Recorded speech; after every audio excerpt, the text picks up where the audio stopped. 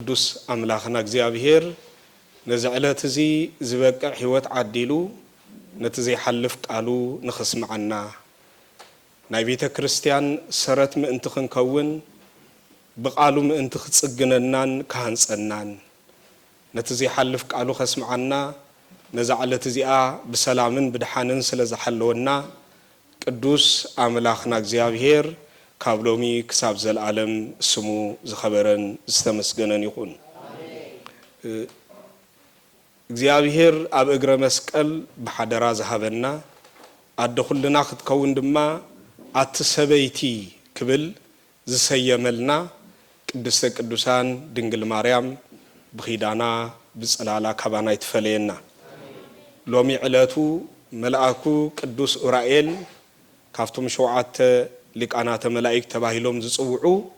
ሓደ ሊቀ መልአኽ ዝኾነ ክብረ በዓሉ ዝኽበረሉን ስለ ዝኾነ ብዓብይ ድማ ዝዕለት እዚ ቃል ኪዳን እግዚአብሔር ዝኣተወሉ ኣብ መንጎናን ኣብ መንጎ እግዚአብሔርን መተዓረቕ ዝኸውን ቃል ኪዳኑ ድማ ናይ ምሕረት ቃል ኪዳን ዝኣተወሉ ዕለት ስለ ዝኾነ ናይ መልአኩ ቅዱስ ኡራኤል በረኸቱን ረድኤቱን አይፈለየና። ሎሚ ከም ፍቃድ እግዚአብሔር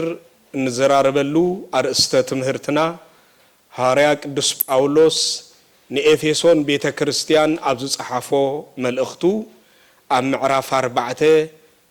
ቁጽር 3 ዘሎ ቃል መበገሲ ብምግባር እዩ። እቲ ቃል ብንጹር ምእንቲ ክርዳእና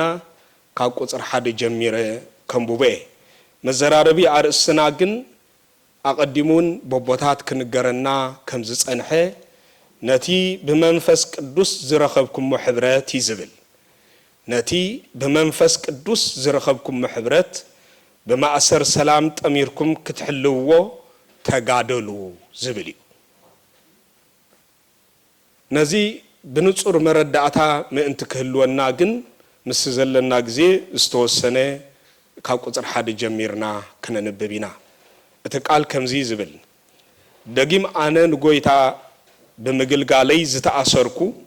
ነቲ ዝተጸዋዕኩምሉ ጽዋዓ ብቑዓት ኮንኩም ክትነብሩ እልምነኩም ኣለኹ።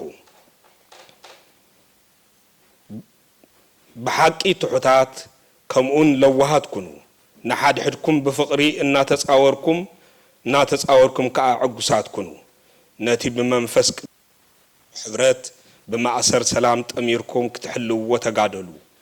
ከምቲ ንሓንቲ ተስፋ ዝተጸዋዕኩም ንሓደ ሰብነት ሓደ መንፈስ ኣሎ ንሓደ ጎይታ ሓንቲ እምነት ሓንቲ ጥምቀት ኣሎ ከምኡውን እቲ ልዕሊ ኩሉን ብኩሉን ኣብ ኩሉን ዝኾነ ሓደ አምላኽን ኣብ ኩሉን ኣሎ። ስለ ቃሉ ስም እግዚአብሔር ዝኸበረን ዝተመስገነን ይኹን። ሎሚ ከም ፍቃድ እግዚአብሔር እምበኣር ሐዋርያ ቅዱስ ጳውሎስ ንኤፌሶን ቤተ ክርስቲያን ዝጽሓፈላ መልእኽቲ መሰረት ብምግባሪና ክንዘራረብ ብጥቕልሉ ክንሪኦም ከለና ሐዋርያ ቅዱስ ጳውሎስ ንኤፌሶን ቤተ ክርስቲያን ዝጽሓፈላ መልእኽቲ ኣብ 6 ምዕራፍ ዝተኸፍለ እዩ። ካብዞም 6 ምዕራፋት እቲ ሓደ ድማ ምዕራፍ 4 ዝርከብ እዩ። ምዕራፍ 4 ምዕራፍ 5 ንጹር ዝኾነ መረዳእታ ብዛዕባ ቤተ ክርስቲያን ካብ ዝተጠቕሰሎም ምዕራፋት እቲ ሓደ እዩ። ምዕራፍ 4 ካብ ቁጽር 1 ክሳብ 16 ዘሎ ቃል እንትደኣ ተመልኪትና ብንጹር ብዛዕባ ሓድነት ቤተ ክርስቲያን ናይ ቤተ ክርስቲያን ሓድነት መሰረቱ መን ከም ዝኾነ ናይ ቤተ ክርስቲያን ሓድነት ኣብ ቤተ ክርስቲያን ዘለዎ ጥቕሚ ክሳብ ክንደይ ከም ዝኾነ ቤተ ክርስቲያን መለለይ ምልክታ ሓድነት ከም ዝኾነ ወይ ድማ ሕብረት ከም ዝኾነ ብንጹር እዚ ምዕራፍ እዚ ይረዳአና። ብኻልእ ኣባህላ ሊቃውንቲ ቤተ ክርስቲያን ክጠቕስዎን ከለው እቲ ንጹር መልክዕ ቤተ ክርስቲያን ዝተጠቕሰሉ ምዕራፍ ተባሂሉ ይንገረሉ። ናይ ቤተ ክርስቲያን መልክዓ እንታይ እዩ ዝመስል? ቤተ ክርስቲያን ኣብ ዓለም እትግለጸሉ መልክዓ ቤተ ክርስቲያን አቀድም ክርስቶስ እትረአየሉ መልክዓ እንታይ ከም ዝመስል መልክዕና እንፈልጠሉ ምዕራፍ ተባሂሉ ይንገረሉ። ነፍስ ወከፍና ብስጋ ካካብ ዝተወለድናሉ ወይ ነቦና ወይ ነዴና ወይ ንድሕሪት ተመሊሱ ክስዓብ ሓጎታትና እና ካልእን ዝኸይድ መልክዕ ከም ዘለና ክንምስክር ንኽእል ኢና ኣብ ቤተ ክርስቲያን ዘለና መልክዕ ግን ሓደ እዩ ተቀያያሩን ኣይኮነን ናይ ቤተ ክርስቲያን መልክዕ ሓደ እዩ ንሱ ድማ ንክርስቶስ ምምሳል ንክርስቶስ ንምምሳል ቤተ ክርስቲያን ኣብዛ ዓለም እዚ ብተጋድሎ እትነብር ቤተ ክርስቲያን እያ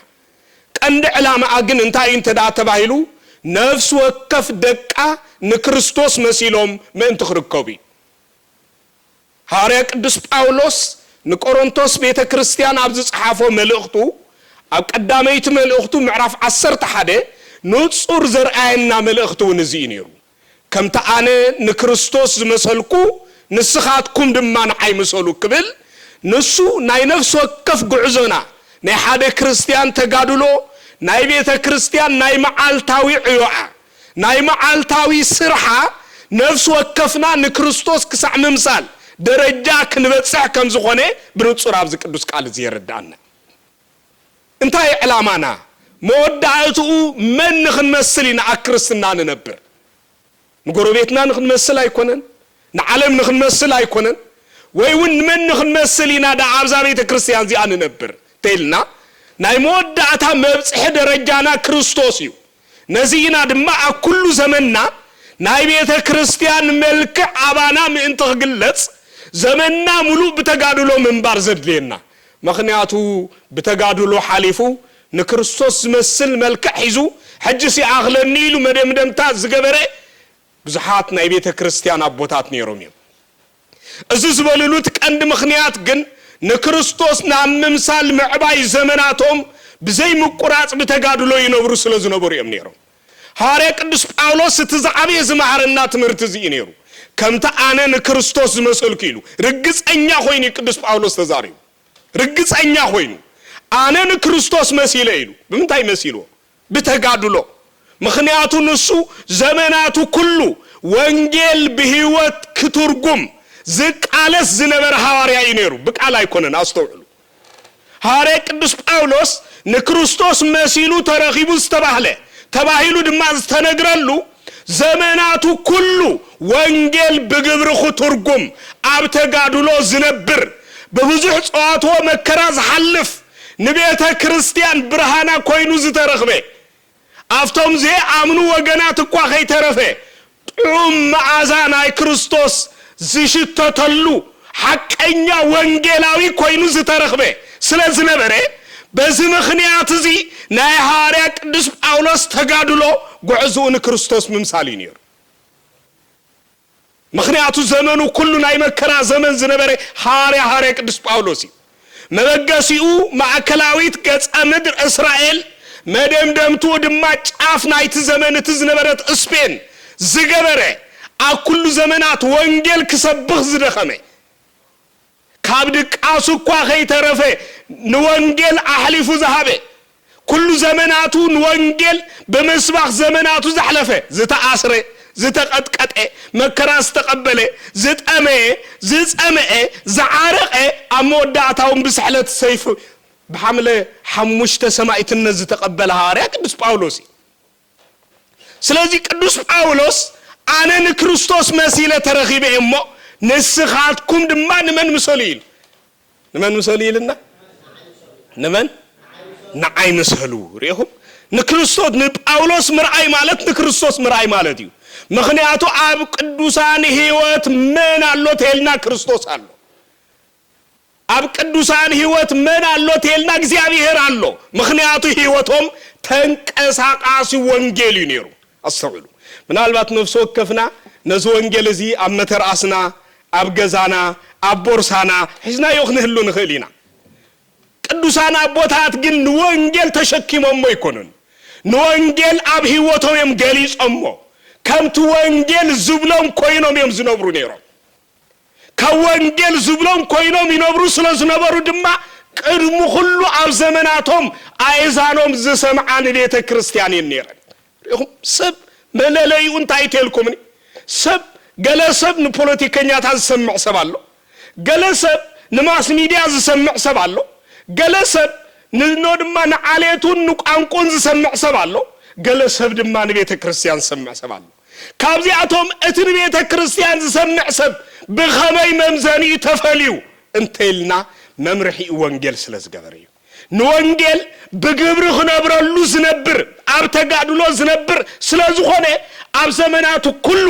ናይ ህይወቱ መራሒ ኮምፓስ ናይ ህይወቱ ኮምፓስ መንቴልና ቤተ ክርስቲያን እያ ስለዚህ ቤተ ክርስቲያን እትመርሖ ህይወት ዘለዎም ሰባት ከመይ ዝበልዮም ተልና ንጳውሎስ ንምምሳል ጉዕዞኦም ንቅድሚት ዝኸዱ ሰባት እዮም ሐዋርያ ቅዱስ ጳውሎስ ኣብ ዘመናቱ ዝገበሩ ሓደ ነገር ነይሩ ንስኻ እንታይ ትልኩምኒ እዚ ሎሚ ከም መዘራረቢ ኣርእስቲ ዝሓዝናዮ መልእኽቲ ንኤፌሶን ቤተ ክርስቲያን ክጽሕፈላን ከሎ ኣብ ዳሕራይ ግዜ ብፍላይ ኣብ 4ይ ክፍለ ዘመን ዝነበሩ ናይ መጽሐፍቲ ምትእኻብ ዝፍጽሙ ዝነበሩ 318 ሩታን ሃይማኖት ተባሂሎም ዝተጸውዑ ካብ ሐዋርያ ቅዱስ ጳውሎስ ናብ ኤፌሶን ቤተ ክርስቲያን ዝተጻሕፈ መልእኽቲ ክብሉ ጽሒፎምሉ ዳንበር ስጋዕቲ ዝተወሰነ ግዜ እዚ መልእኽቲ እዚ ናብ ነውሰከፍ ኣብያተ ክርስቲያናት ክልኣኽን ከሎ ናመን ናፍተን ዝለኣኸለን ቤተ ክርስቲያን ሽምና ተጻሕፈሉ ይለኣኽ ነይሩ ምኽንያቱ ንምንታይ ኮም ዝግበር ነይሩ እንተዳ ተባሂሉ እዚ መልእኽቲ እዚ ብቐጥታ ካብ ጳውሎስ ናባይ ዝተላኸ መልእኽቲ ኢለን ናይ ኣነነት ስምዒት ምእንቲ ክስምዕን ቤተ ክርስቲያን ትገብሮ ዝነበረት ነይሩ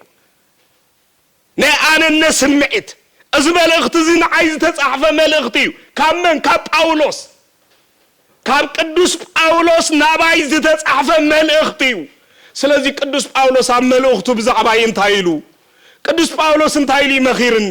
እንታይ ኢሉ ይነጊርኒ ኢለን ብዝግባእ ምእንቲ ክርዳእ ድማ ይሕግዘን ነበረ ስለዚህ ሐዋርያ ቅዱስ ጳውሎስ ብኩሉ ነገሩ ክርስቶስ ንምምሳል ኣብ ተጋድሎ ዝነበረ ሐዋርያ ስለዝነበረ ኣብ መወዳእታ እቲ ዝነበረ ከቢድ ድኻሙ بخبيد عوض تغيرو مودعتا نكريستوس مسيله إلو نمسكار زبقعي عبا حواريا ينيرو اتزغرم ግን ናይ ቅዱስ ጳውሎስ ንክርስቶስ መሲሉ ምርካቡ ዘይኮነ اتزغرم እንታይ ተልኮምኒ ንሕና ንሱ ንክርስቶስ ከም ዝመሰለ ንሕና ድማ ንዑ ንክንመስል ዕድመ ኣቅሪብልና ናይ ቅዱሳን መሰረታዊ ዕድመ እንታይ ተልኮምኒ ንሕና ንዑም እንት ክንመስል ናይ ቅዱሳን ኪዳን ቤተ ክርስቲያን ኣብ ነፍስ ወከፍ እትዝክረሉ መዓልቶም እትቀንድ ዕላማ እንታይ እንተዳ ተባሂሉ ወንጌል ከማና ሰብ ዝነበሩ ከማና ድኹማ ዝነበሩ ከማና ብዙሕ መሰናኽል ዝሓልፉ ዝነበሩ ከማና በሐፂር ደረት ቢጸቢብ ቁመት ዝተወሰኑ ዝነበሩ ኣብዚ ዓለም እዚ ከማና ካብ 4 ባህርያትን ሓሙሻይ ባህርያ ስጋን ዝተፈጥሩ ባህርያ ነፍስ ዝተፈጥሩ ካባና መፍለይ ዘይነበሮም ብተፈጥሮም መፍለይ ዘይነበሮም ወንጌል በመፍጻም ወንጌል በግብር ተርጉሞም ንክርስቶስ አስሚሮም እሙሞ ስለዚህ ለحنا ድማ ንወንጌል በግብር በመተርጓም ንእግዚአብሔር ከነስምሮ ይግባ ዝብል መልእኽት ምስጥራዊ መልእኽት ዝሓዘለ ትሕስቶ ዘሎ ኣብ ቤተ ክርስቲያን ዝኽበር ናይ መን በዓል ይተልኩምኒ ናይ ቅዱሳን በዓል ቃል ኪዳኖም ጥራሕ ዘኪርና ክንሐልፍ አይተፈቅደልናን ነዚ ጎይታ ኣብ ዮሐንስ ወንጌል ምዕራፍ 8 ክጠቅስን ከሎ ዝገለጾ ደቅ አብርሃም እንተ ተኾኑ ነርኩምሲ ታይልዎም እንታይ መገበርኩም ምኽንያቱ ናይ አይሁድ ትምክሕቲ ክልተ ነገር ይነሩ ቀዳማይ ደቅ አብርሃም ኢና ካላይ ድማ ንሕና ሓደ ቦለና ንሱ ገመኒ አብርሃም እዩ ሓደ አምላኽ አለና ንሱ ድማ እግዚአብሔር ይዝብል ትምክሕቲ ይነሩ ኣብ አይሁድ ዝነበረ ትምክሕቲ ግን ቃላውን በርግብራዊ ነበረ بقالهم أملاك الله نايلهم بأملاك كم زقانو مسيلهم يقربيهم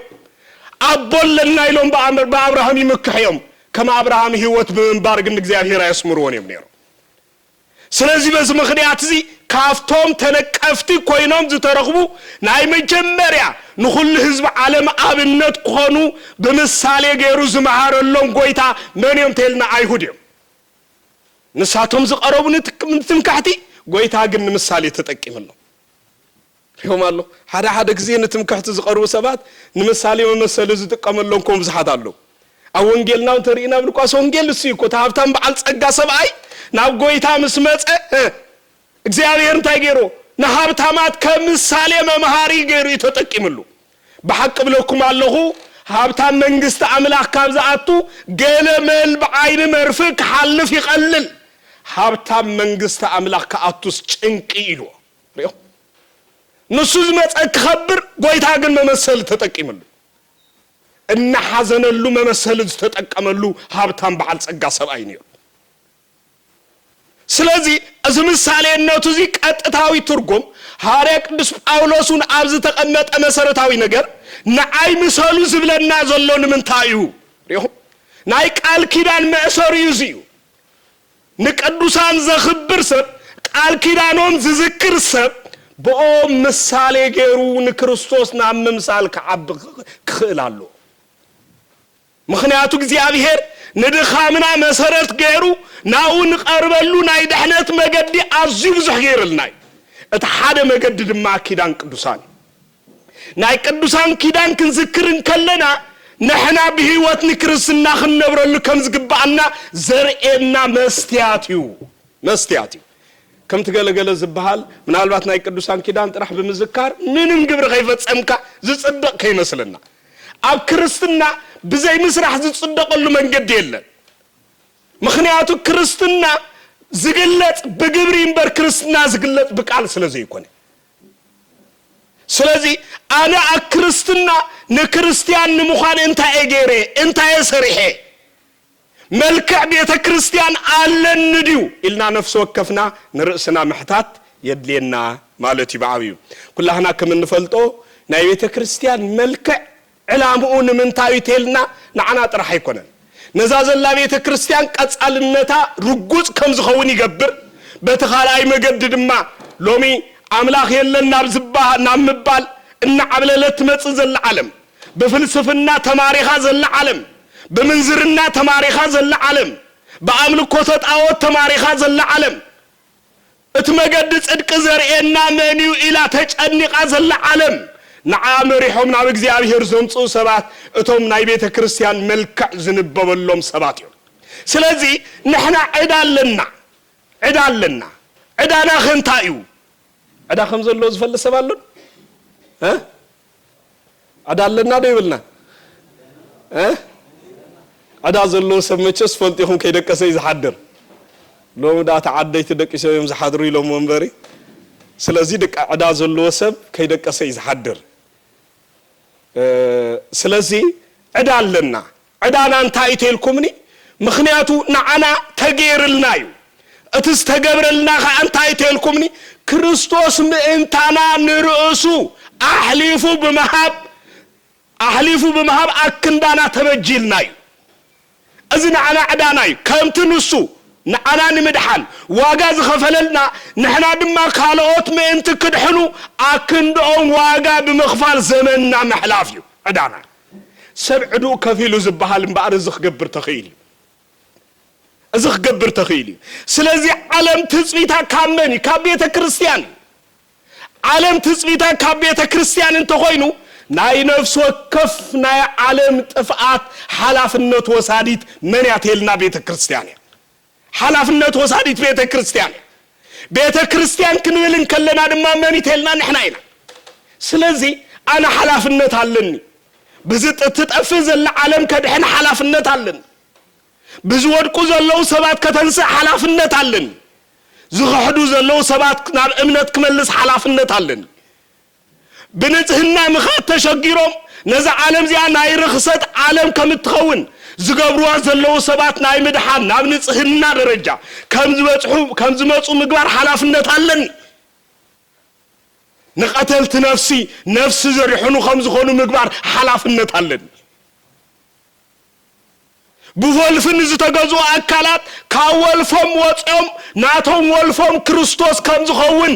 ንኽገብር ሓላፍነት አለኒ ሎሚ ብሽጋራ ዝተወለፈ በመንዝብርና ዝተወለፈ በአምልኮተ ጣዖት ዝተወለፈ በመኽብ ፍቅር ገንዘብ ዝተወለፈ ካብዝ ዝበልጽ ካልእ ክንውለፈሉ ዝግባአና አምላኽ ካኡ ዝበልጽ ንሕና ክንውለፈሉን ክንግዛአሉን ዝግባአና እግዚአብሔር ክርስቶስ ከም ዘለና ናይ ምርአይ ሓላፍነት አለና ስለዚህ እዝምንት ከነርኢ እምባር እዝምንት ከነርኢ መልክዕ ቤተ ክርስቲያን አባና ክንበብ ክላሎ እዩ ባርሃር ቅዱስ ጳውሎስ እዝመልእኽት ዝጽሕፍ እንከሎ بفلاي معرف 4 كساب كقطر 1 كساب 16 زلو ጽንሰ ሐሳብ بزرزر ክንምልከቶን ከለና ዘሪኦን ታይተልኩምኒ ብዛዕባ ሓድነት ቤተ ክርስቲያን ይዝገልጽ ናይ ቤተ ክርስቲያን ሓድነት ዘለዎ ጥቕሚ ክሳብ ክንደይ ከም ዝኾነ ንቤተ ክርስቲያን ሓይላ ሓድነታ ከም ዝኾነ ናይ ቤተ ክርስቲያን ናይ ዕቤታ መሰረት ሓድነታ ከም ዝኾነ ብንጹር የርእየና ሓድነት ንቤተ ክርስቲያን መሰረታዊ ሓድነት ንቤተ ክርስቲያን ንጸላያ ትስዕረሉ ዓወታይ ብዘይ ሓድነት ጸላይና ክንስዕራ ይንኽእልና ብዘይ ሓድነት ክርስቶስ አባና ክግለጽ አይከልን ስለዚህ ናይ ቤተ ክርስቲያን መልክዓ ብንጹር ዘርኢ ማለት ናይ ነፍስ ወከፍና መልክዕ ማለት እዩ በኋላ ቤተ ክርስቲያን በህብረት ከመይ ከምትመስል ምክንያቱ ቤተ ክርስቲያን ናይ ቤተ ክርስቲያን ሓድነት ውጽኢቱ በፍልስፍና ዝመጽ አይኮነን ውጽኢቱ በምርምር ዝመጽውን አይኮነን ውጽኢቱ በፓርላማ አኺባ ዝመጽውን አይኮነን ውጽኢቱ ናይ መንፈስ ቅዱስ ውጽኢት ከም ዝኾነ ይዝገልጸልና ምክንያቱ ክርስቶስ ኣብ መስቀል ተሰቂሉ ናይ ደም ዋጋ ዝኸፈለ ንሕና ነፍስ ወከፍና ሓደ ምእንቲ ክንከውን ናይ ቤተ ክርስቲያን ሓድነት ዝተኣወጀ ኣብ ኣደባባይ አይኮነን ናይ ቤተ ክርስቲያን ሓድነት ዝተኣወጀ ኣብ መስቀል እዩ ናይ መስቀል ዋጋ ዝተኸፈለሉ ናይ ቤተ ክርስቲያን ሓድነት ክሳዕ መወዳእታ ኣብ ቤተ ክርስቲያን ጸኒዑ ክነብር የድሊ ኣብ ነፍስ ወከፍና ጸኒዑ ክነብር የድሊ ምክንያቱ ኩላኩም ከም ትፈልጦ መስቀል ክንደይ ቅርጽ ይዘሎ 4 እንዲ ሓቀ ተሓደን ኣበይ ገጽ ንላዕሊ ገጽ ተሓደን ታሕቲ ገጽ ትክልተ ኻን የማንን ጸጋምኒ ስለዚህ ክርስቶስ ምሰማያዊ አቦ ጥራሕ ዘይኮነ ዘዓረቀና ሓደ ዝገበረና ትላዕሊ ዘሎ ናብ ሰማይ ከም ዘቀረበና ምሰማያዊ አቦ ከም ዘዓረቀና ሓደ ከም ዝገበረና ዘረድእ ኮን ከሎ እቲ ታሕቲ ዘሎ ኸ ኣመንጎናን ኣመንጎ ደቂ ሰባትን ዝነበረ ፍልልይ ንዑውን ሰይሩ ሓደ ከም ዝገበረና ምሳሌ የማንን ጸጋምን ዘሎ ድማ ኣመንጎ አሕዛብን ህዝብን ዝነበረ ፍልልይ ኣመንጎ አሕዛብን ህዝብን ዝነበረ ፍልልይ ንሱ በመስቀሉ ከም ዘዓረቀና ስለዚህ ናይ ሓድነትና መሰረት ደም ክርስቶስ ማለት እዩ ተራ ነገር አይኮነን አግሊልና ክንሪኦ ይንኽእልና ምክንያቱ ሓድነትና ክርስቶስ ናይ ደም ዋጋ ከፊልና እዩ ማለት እዩ ሎሚ ንሕና ዘለናዮ ሓድነት መንፈስ ቅዱስ ማኸሎ ናይ ክርስቶስ ደም ድማ ዝፈሰሶ ሓድነት ስለዝኾነ ጽኑዕ ሓድነት እዩ እዚ ጽኑዕ ሓድነት እዚ ኸኣ ንሰይጣን ዘፍርሕ ንዓለም ዘፍርሕ ስለዝኾነ በዚ ሓያል ዝኾነ መለኮታዊ ሓይል ዘለዎ ሓድን ሕብረት ቤተ ክርስቲያን ክሳዕ መወዳእታ ከነጽንዖ ይግባአና ቤተ ክርስቲያን እትልል በሓድነታ ጸሎትና ንባዕሉ እኳ እንታይ ይዝብል እንታይና ንብል ኣብ ጸሎት ሃይማኖት እንታይና ንብል ወነአምን በአሃቲ ቅድስት ቤተ ክርስቲያን እንተላኢለ ኩሉ ጉባኤ ዘሐዋርያቲና ንብል ሪኹም በታሓንቲ ዝኾነ ቤተ ክርስቲያን ክንደያ ቤተ ክርስቲያን ሓንቲያ ቤተ ክርስቲያን ዶብ የብላን ቤተ ክርስቲያን ዓሌት የብላን ቤተ ክርስቲያን ካብዝ ወጻይውን ብቋንቋታት ዝተኸፍለት አይኮነትን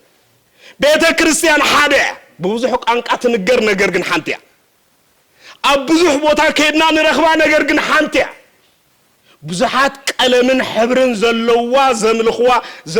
ድማ ንኣምልኾት ዝእከቡላ ነገር ግን ክንደያ ሓንቲያ ቤተ ክርስቲያን በሓድነት ያ ትግለጽ ቤተ ክርስቲያን ዜግነት ይብላ ምክንያቱ ዜግነታ ሰማያዊ ዜግነት እዩ ናይ ኤርትራ ቤተ ክርስቲያን ኢልና እኳ ንጽዋዕን ቤተ ክርስቲያን ነቲ ብሔራዊ ዝኾነ ሲኖዶስ ንምግላጽ ዳእምበር ምምሕዳራዊ አቃውማን ንምግላጽ እምበር ንሃይማኖታ ንምግላጽ አይኮነን ናይ ቤተ ክርስቲያን ንሕና እንምልኾ አምላኽ ምድራዊ ዜግነት የውሉን ምክንያቱ ንሱ ሰማያዊ ነዚህና ቤተ ክርስቲያን ኣብ ምድር ዘላ ሰማያዊት መመሓደር ሕጋ ሰማያዊ ዝኾነ ኢልና ንገልጻ ስለዚህ ኣብ ምድር እንዳነበርና ከምቲ እግዚአብሔር ዝደልየና ኮይና በሓድነት እንነብረላ ነዚህና ሕጂ ኣምኑ ንድሕድሕና ዘጋጥም ምጉንና ጽኳን ተጋጢሞ ንሰማያዊ ነገር ብምዝካር ንኹሉ ነገር ከም ንርስዕ ገይሩ ሓደ ዝገብረና ነዚ እኮ ክርስቶስ እንታይ ተባሂሉ እምነ ማዕዘን እንዲህ ሓቀይ ተባሂሉ እምነ ማዕዘን ማለት እንታይ ማለት እዩ ከምቲ አንተ ወይ አብይ ቀሽ ዝገልጾ ዝነበሩ ብዛዕባ ሕርሻ ክትጠቅስ ከለኻ እንድሕር ሕርሻ ገዲፍካዮ ነው ይሕ ግዜ ጌርካ ክትርስዖ ስለትኽእል ዋላው እንተ ዓይነት መሳርሒ ሕርሻውን ክትርስዖ ትኽእል ኢኻ ስለዚህ ሎም ስደት ዘይረስዖ ነገር የለን ማለት እዩ ስለዚህ እንፈልጦ ዝነበርና ከይተረፈ ክረስዓና ይኽእል እዩ ስለዚህ እንታይ ይኽብል ደለ በመሰረቱ ቤተ ክርስቲያን ኣብ ዝኾነ ይኹን ግዜ እንታይ አንተልና ሓደ እያ ቤተ ክርስቲያን መግለጽያ ልዕል ኩሉ ናይ ሓድነት መሰረታ ቤተ ክርስቲያን በሓድነት ያትግለጽ ኣብ ምድር ዘላ ያምሳ ኣብ ምድር ዘላ ነገር ግን ሰማያዊት እያ ቤተ ክርስቲያን እዚ ስለ ዝኾነ ቤተ ክርስቲያን ምኽንያቱ ንምንታይ ተልና መስራትያ ክርስቶስ እዩ ብነገስታት ኣይተመስረተትን ነዚ ንመጀመርያ ግዜ እዚ ናይ ፈረንሳ መራሒ ዝነበረ ንዓለም ካብ ሓደ መንግስቲ ከም ተመሓደር ንኽገብር ዝቃለስ ዝነበረ ናፖሊዮን ተባሂሉ ዝጽዋዕ መራሒ ዝተዛረቡ ሓደ ቃል ነይሩ ምኽንያቱ ኣብ ዓለም ኩላሃና ከም እንፈልጦ ዓለም በሓደ መንግስቲ ንኽትምራሕ ዓለም ምልእቲ ንኽገዝኡ ዘመናቶም ሙሉእ ዝቃለሱ ስሱዓት መራሕቲ ኣብ ዓለም ነይሮም እዮም ገርመኩም ማለት እዩ ካብታቶም ሓደ እስክንድር ዓብ ተባሂሉ ዝጽዋዕ ናይ ግሪክ መራሒ ዝነበረ ክኸውን ከሎ ንዓለም በሓደ መንግስቲ ክገዝኣ ፈቲኑ ነገር ግን ኣይኮነሉም ወዳእታ ተሳዒሩ بدحري خاني من البات نيرون كيسارون عالم بخم خجزا فتينو عدمي حاصيرو جن كابز عالم زي أخيدو مودعتا خانا بولين فتينو جنا يكونوا لون كافت زجر مع الجباب أم مودعتا بحد ترى وتحدث تماريخ تتحيزو سلسلة انتهي ناخذ بالله أم مودعتا قال جنز تزارو قال نيرو انتهيلو نعلم اسكندر بحد منجست خمت تجزا خجبر فتينو جنا يكونوا لون ميتو كيسارون فتينو ايكونلون فايتو نابوليون دما فتينو غنا ايكونلون تسعيرو يلو سغاب حجي نز عالم زيا بحاده منغستي اب زمانات كله منغستو خيتسعر زغز ازلو حاده نغس طراحيو نسخ كريستوس يلو ريخو مخنياتو يبل حجي مخنياتو نغسنا ناي كريستوس منغستي اكل زمانات قبل بدك سبات نجيسا اتقصل حقኛ መንግስት ያይ حقኛ መንግስት ያ መስበለ ከጣቅሱን ኮሎን ታይዝብል ቀጽሉ ናይዚ እትዛዓበ የምስጢሩ ድማ መሰረታ ኣብ حق ዝገበረ ስለዝኾነት ያይ ነው ናይ ቤተ ክርስቲያን መሰረቱ ክርስቶስ እዩ ክርስቶስ ድማ حقኛ አምላክ እዩ መገድን حقን ህይወትን አነ ኢሉ ዮሐንስ ወንጌል ምዕራፍ 14 ስለዚህ እምነትና ኣብ حق መሰረት ዝገበረዩ حق ድማ እግዚአብሔር حق ክርስቶስ እምነትና ኣብ حقኛ መገድ መሰረት ዝገበረዩ መገድና እግዚአብሔር ክርስቶስ እምነትና ሕያዊው ንብዙሓትና ዝቀረቡ ህይወት ከም ዝረኽቡ ዝገብርዩ ህይወት ድማ እግዚአብሔር ክርስቶስ ሪኦ ስለዚህ በስ ምክንያት እዚ ሕብረትና ህይወት ዘለዎ እዩ ሕብረትና ኣብ حق መሰረት ዝገበረ እዩ ሕብረትና ናይ ክርስቶስ ደም ዋጋ ዝተኸፍለሉ ሕብረትና ንዓለም ጸሊው ናብ ቅድስና ከምትመጽእ ዝገብር حقኛ ሕብረት እዩ ሃሬ ቅዱስ ጳውሎስ እምባር ናይ ቤተ ክርስቲያን ሓድነት بنصور زرعنا زلوا عرض مسرت أو نطبي نزي مسرت بمقباريو مالتي نزي مسرت بمقباري رغم اللهم لومي أفز عالم زتريهم مخنياتو أمنة أرثوذكس تواهدو بيت كريستيان إنا وحده إنا نقول لك أباس كم زنبرة نذكرهم بر يوحنس نزل خلا هاجر كم قدس هاجر كنا ينمس حنينا هيدا نككم هيدا نغن ناي كمز عين التاريخ قداي زخونا ما عليها زي بلنا هاجرات هاللوع هاريا قدس باولوس زبزحي ملغت زحاف لنا هاجرات لو من امنت يلوان اما صحاف قدس انبر بقبر بامنت عين رخبنينا نمنتاي مسلكم مخنياتو حادنت بيت كريستيان እና ተገዝገዘ እና አብነት ቤተክርስቲያን እና ተበርበረ እንተመጽዩ ንሓድነትና ዋጋ ተዘይከፊልና እዛሎም ዘለና ያ ቤተክርስቲያን ጽባሕ የለን ግልጽ ዲ ሐቀ ሓድነት ክሳብ ክንደይ ኣብ ቤተክርስቲያን ቀጻልነት ዋጋ ከም ዘሎ እንተ ዘይተረዲእና ንቤተክርስቲያን ናብ ሓደጋና ውድቕና ንኸይዳለና ሪኹም ስለዚ ኣነ ኣብ ናይ ቤተክርስቲያን ኣብ ትውልዲ ኣብ ምቕጻል ክኸፍሎ ዝግባእኒ ዋጋ እንታይ እዩ ናይ ቤተክርስቲያን ሓድነት ስጋዕ መወዳእታ ክዕቀብን ክሕሎን እንታይ ክገብር ኣለኒ ዝብል ሕቶ ኣብ ብግብሪ ኣብ ምትርጓም ክንቃለስ ዝግባእና ነፍሲ ወከፍና ኢና ሐዋርያ ቅዱስ ጳውሎስ እምበር ብትኽክል እቲ ሕጂ ሒዝናዮ ዘለና ሓድነት ብማእሰር ሰላም ንኽጸንዕ እንተ ዘይተግሂና ኣብ ሓደጋ ከም እንውድቆ ይዝገልጸልና ዘሎ ትግሁ ምኽንያቱ ነቲ ብመንፈስ ቅዱስ ዝተረኸበ ሕብረት ብማእሰር ሰላም ከነጽንዖ እንተ ዘይተቃሊስና እንተ ዘይተግሂና ንቤተ ክርስቲያን ኣብ ሓደጋ ክንውድቃ ኢና ነዚ ትመልእኽቲ ዝገልጽ ዘሎ ሐዋርያ ቅዱስ ጳውሎስ እምበር ብንጹር ዝገልጸልና ዘሎ ነዚ ንምፍጻም መሰረቱ ለውሃት ከም ዝኾነ መሰረቱ ታሕትና ከም ዝኾነ መሰረቱ ፍቕሪ ከም ዝኾነ ይጠቅስ ሪኹም ኣሎ ስለዚ ነዚ ኣብ ምግባር ነዚኣተን ከም ኣጽዋርና ብምሓዝ ነቲ ካብ መንፈስ ቅዱስ ረኸብናዮ ሕብረት ድማ ስጋዕ መወዳእታ ከነጽንሖ ከም ዝግባእና ይገልጽ መጀመርያ ክፍለ ዘመን ሰብ ክፍጠር እንከሎ ናይ ወዲ ሰብ ሕብረት ዝኣወጀ እግዚአብሔር እዩ ነይሩ ኣብ ዳሕርዋይ ዘመን ናይ ደቂ ሰባት ሓድነት ዝኣወጀ ድማ መንፈስ ቅዱስ እዩ ነይሩ ፍልል የብሉን ኣቐዲሞም ኣብ ቤቀሽ ምሕረት ኣብ ነቲ ቃል ተንኪፎሞ ነይሮም ምክንያቱ ኦሪት ዘፍጥረት ምዕራፍ 2 ክትምልከቱ ከለኹም ካብ ቁጥር 24 ዝተጠቕሰ ቃል ሓደ ዓቢ ቃል ትረኽቡ ኢኹም እቲ ቃል እንታይ ዝብል እንተዳ ተባሂሉ ሰብ በይኑ ክነብር ጽቡቕ ኣይኮነን እሞ እንታይ ዝብል ኣይሰማዕኹም አቤት እንታይ ንግበረሉ ደጋፊት ወይ ድማ ሓጋዚት እንታይ ንግበረሉ ይዝብል ንአዳም እዚ ቃል እዚ ዝተነግሮ 21 ፍጥረት ኣብ ዝተፈጠሩሉ ግዜ አንበሳ ተፈጢሩ ነይሩ ካብ አራዊት በግዕ ተፈጢራ ነይራ ካብ እንስሳ ዘቤት ኩሉ ፍጥረት ኣብ ዝተፈጠረሉ ኢቭን እዚ ጥራሕ ዘይኮነ ኣብ ሰማይውን መላእክቲ ኣብ ዝተፈጠሩሉ ግዜ እግዚአብሔር ሰበይኑ ክነብር ጽቡቕ ኣይኮነን ኢሉ ሪኹ ሰበይኑ ክነብር ጽቡቕ ኣይኮነን መላእክቲ ደየለውን እዮም ሰበይኑ ክነብር ጽቡቕ ኣይኮነን አራዊትን እንስሳታትን ኣይተፈጠሩ እንዲዮም እዚ ኩሉ ብዘሎ ሰበይኑ ክነብር ጽቡቕ ኣይኮነን ተባሂሉ ምኽንያቱ ንሰብ ተባሂሎም ዝተፈጠሩ ኩሎም ንሰብ እንታይ ክገብሩ ይክእሉን ከዕግቦ ኣይክእሉን እዮም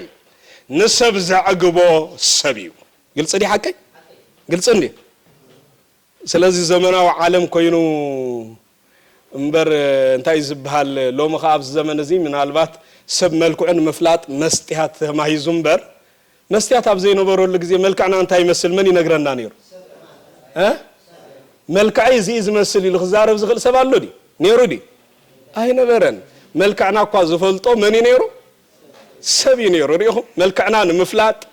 ከመይ ከም ንመስል ንምፍላጥ ግድን መን የድልየና ነይሩ ሰብ የድልየና ነይሩ ብዘይ ሰብ መልክዑ ክፈልጥ ከም ዝኽእል ገይሩ ኣይተፈጥረን ኣብ ኣካላትና እኳ ከይተረፈ ብጻይና ዝፈልጦ ንሕና ዘይንፈልጦ እግዚአብሔር ኣቐሚጥልና ንምንታይ እንተልና ሰብ በይኑ ሙሉእ ክኸውን ኣይክእልን እዩ እቲ ቃል ዝተጠቕሰ ብዙሓት ሰባት ንሓዳሪና እንጠቕሶ ልክዕ እዩ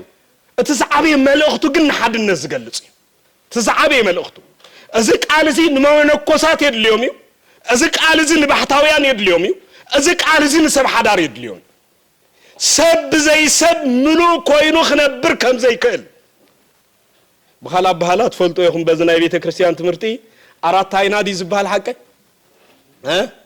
አርባዕተ አይኑ ዝባል አሉ ሐቀ ነው አርባዕቲኦም ጉባኤያት ተማሂሩ ዘጠነቃቀ ሰብ አራት አይና ዝብል መጽውዕ ስም ይቦ ማለት ቡልያት ሐዲሳት መነኮሳት ሊቃውንት زعمسلو تمرتات تماهيرو إذا سبز حدا سبا يكونن 4 سبيو تباهيلو 4 عينا تباهيل يصوع يخم اللهم إذن متحافي سبن مخانجن جدا 4 عين خلو الله 4 عين كهلو تزيكيلو ملؤ سب كون أيكلن 4 عين بزي 4 عين ملؤ سب زخون سبيلن إذا خامني تهلنا بتصايو سب زي سب ملؤ كون أيكلن نزيل باملاك قدوس داوود نتعقدمو أبز فترة تتقسقال كترجملنا كله أم مزمورون تايلو ناهو سناي وناهو آدم سوبيهلو أهاو هبوري ريهم أحوات بعد حبيرهم كنابروس كندي سناين طعمونيو ريهم نبيتا كريستيان ملك عزيو حاد النتيو بيتا كريستيان نفسه وكفنا كم حدا كريستوس مخنيات رؤسنا مني رسنا مني أكلوا خمني كمون جناس أكل زي كونه منارلو ريهم نحنا أكلوا نسخن تاي رسنا أيو بناي كريستوس تعززنا تسمامي إذن بر أكلات مالتي أفتح أكلات من الوقت كزياري هرك أمت أنام كله نقلينا أجري نقلينا إيد نقلينا عيني نقلينا أذن قميت إننا خون خد قل نفس وكفنا على أكل كريستوس علنا على أكل كريستوس علنا سلزي أحوات بكريستوس حاجة خوينهم كنبرو كنداي سناين تعمني زبزلو لبا عملك قدس داوود بكريستوس يلو بفيستيفال أيبلن قلت أدي حاجة بكريستوس يلو بقايلاون أيبلن بكريستوس يلو بمن تايد أيبلن بوليتيكاوي تحساس أيبلن بعليتها وحبرت أيبلن ويون نجزيابير بزي حقوسوت أرنافة بزقبرة عينة أكايدة أيبلن وانجل سأوجلنا قالوا سأوجلنا نمنفساو نجري بكريستوس حدا زخونو نزيو بسمي حدا ويدما كلتهونكم أبزتا أكبكم لو جزي انتايلو أبي الله يلو ريهم بسم እግዚአብሔር ከተከበን ከለጋ ሓደ ዝገብረካ እግዚአብሔር ስለዝኾነ ኩሉ ሰብ አፍት በስም እግዚአብሔር ዝተአከብና ሉ እግዚአብሔር አሉ እዚ ጉባኤ እዚ ምዕሩግ ጉባኤ ከም ዝኸውን እዚ ጉባኤ እዚ መንፈስ ቅዱስ ዝመልኦ ጉባኤ ከም ዝኸውን ዝገብሮ ናይዛ ሃገር እዚኣ መርሕብ ዝቦታ ስለስተረኽበ ይኮነ መን ስለስተረኽበ እቲ ሰማያዊ ንጉስ ዝኾነ ክርስቶስ ኣብ መንጎና ስለዘለዩ ስሙ ዝኸበረን ዝተመስገነን ይኹን ስለዚ ሕብረትና መንፈስ ቅዱስ ዝፈጠሮ ሕብረት በመንፈስ ቅዱስ ዝመጽ ሕብረት እንበር ሕብረትና በዓለማዊ ተሐሳስባ ዝመጽ ሕብረት ስለዘይኮነ እዚ ሕብረት እዚ ምልኩ ሕብረት ቀጻልነት ዘሎ ሕብረት ዘለዓለማዊ ሕብረት ይግዚያው ሕብረት አይኮነን ግብራዊ ሕብረት አይኮነን ሐዋርያ ቅዱስ ጳውሎስ እንባር ነዚ ሕብረት እዚ ክንጥንቀቀሉ እዚ ሕብረት እዚ ናይ ቤተ ክርስቲያን መሰረት ከም ዝኾነ እዚ ሕብረት እዚ ናይ ቤተ ክርስቲያን ናይ ቀጻሊ ህልውና መሰረት ከም ዝኾነ ንሕብረትና እንተ ዘይተጠንቂቕና ብኡመት አንድማ ንቤተ ክርስቲያን ውላድ መኻን ከም እንገብራ ካብዚ ኻ ክንጥንቀቕ ከም ዝግባአና ይዝገልጽ ሪኦም ስለዚህ ሐዋርያ ቅዱስ ጳውሎስ ዘጠንቅቆ ዘሎ መሰረታዊ ነገር ነዚዩ መቸስ ዮሐንስ አፈወርቅ ክጠቅስን ከሎ ብዛዕባ ሓድነት ብፍላይ መዝሙረ ዳዊት ናሁ ሰናይ አሕዋት بحد حبيرهم كنبروك إن ديسنا ينتعمني أبزبل بزحت لي كاونت بزعبو بزحت النتاني هيبيميم بزعبا زخت أكسن كلوجن أبجم زي أتلانتيك وكيانوس تبعي لوزت وع من الوقت بس شاف عزيو قرار زخون بوتا زقمت إنساسات كم زلوا يجلس زين إنساسين ببحر ينزل براب أو قرار بوتاي كافت زجرن كاب قري كلانين وجس كبير حكينا قرخي كالك قربوتا من بار ما جست فلتويهم نايز عدو قري حساب كندي كبيركم زغنص تفاكم اي مثلن ابز عدوكو حق حيش كاب هارور قرخون اندي خاتمرص قرن تزغون نيرو اوالد زعدي كميلن كخدا خمس غلات فلطو نيركم سلازي مدهاني عالم بعلي بقر غير حيزون زلو مالتي سلازي حدا غزيون نتي صبح نفصم حاتيات مدهاني عالم بعلي بقر غير خويلنا له مالتي عقبنا له كاب حاتيات كم فصام مالتي سلازي أوز نبران قري كلانين كنبران كلوات زدنا جن أمارات إن حدا نقول قري زين خالنا يكونن قري قتلني الصدي حكي قري قتلني سلازي كاب قري زمنت ألو كاب موت زمنت ألو حدا ما قد جن مكرران كقرارب الله مستقراربا ግን ነንደሕደን مستفحفحا أمونغون مقات يفتر وعي يفتر مو نتناي زحل ጊዜ بخوم عينت አገባብ يحلفو تزغرم ግን كا قربتن كا حرفاف ስለዝኾነ كقراربا خلوا ካብ አካላትን ደም ስለዝነዝዕ ስለዝመላለጥ አከቢድ ቃንዛሎ هدنكم ስለዚህ ሁሉ ይይ ማለት አይናይ መኻሊ ትሕቶ ስለዚህ ንሳተን ግን እንታይ ገብራ ካብ ከይ ተቀራረብካ ሞት ተቀራሪብካ ቃንዛኺ ኢልካ ሓድነት ይብላሞ ነንሕድሕደን ተቀራሪበን ይፈሓፍሓ ካብ አካላተን ድማ ደም ቲፍቲፍ ክሳዕ ዝብል ይወፅእ ይብል ነቲ ናይ ቁርን ናይ ሞት ግዜን ድማ ቃንዘን ነንሕድሕደን ተኻኢለን ይሓልፎ ይብል ሪኦም ስለዚህ حبرت كانزال لو يتحط جها قديس يوحنس أفورد نزب مثالي زمصو حبرتنا كانزال لو نتزدخمخ دقف كانزال لو نتتعبيتنيا نار تحتن تحط كم زخون كتقبر كانزال لو نتزيت عرمه ملحاس زلو ارنو ملحاس كسعزات الري تتصاوير كامزو تنبر كانزال لو نتزيت دلي سنه مقبار زلو سب معروي سنة مقبار كريستياناوي سنة مقبار كسع زهلو اتقبرو قلس كانزا لو اتكانزا نوشتخا كسع زتنكف كاب اكالات كا دم تيف كسع زبل كوني خيلي موداتو ግን እንታ ያለው موداتو እንታ ያለው እንታ ያለው አወታለው ካሞት ምድሃናለው ስለዚህ በዚህ መልክ እዚህ ቤተ ክርስቲያን نحادنت ولد بيت كريستيان واغاز خفلو كخونو خمس قبوم اكل زمانات اتمهرلون اتنغرلون تاريخ اكل زمانات يزبلكو بيت كريستيان لعل كل هاري قدس باولوس نزي طنقنا ات زمان كفو امو انتايلو ات زمان كفو امو متخخابكم اي تقارص يلوري نبراوين سبات ابصحفلهم ملእخቱ كفو زمان ان سغرلو عقمنا حبرتي بزي حبرت سب نخفو زمن كسغر ايكلن ابوتاتنا كون بعلونكم مسلو انتي بزولو مس حزبخا معات اسكبلو لي اي سمعني زلو دارغا غعات ريهم الله بحبرت تقبلوا مكرا طعم له سبات بحبرت مكرا كحلفو كقالسون كلو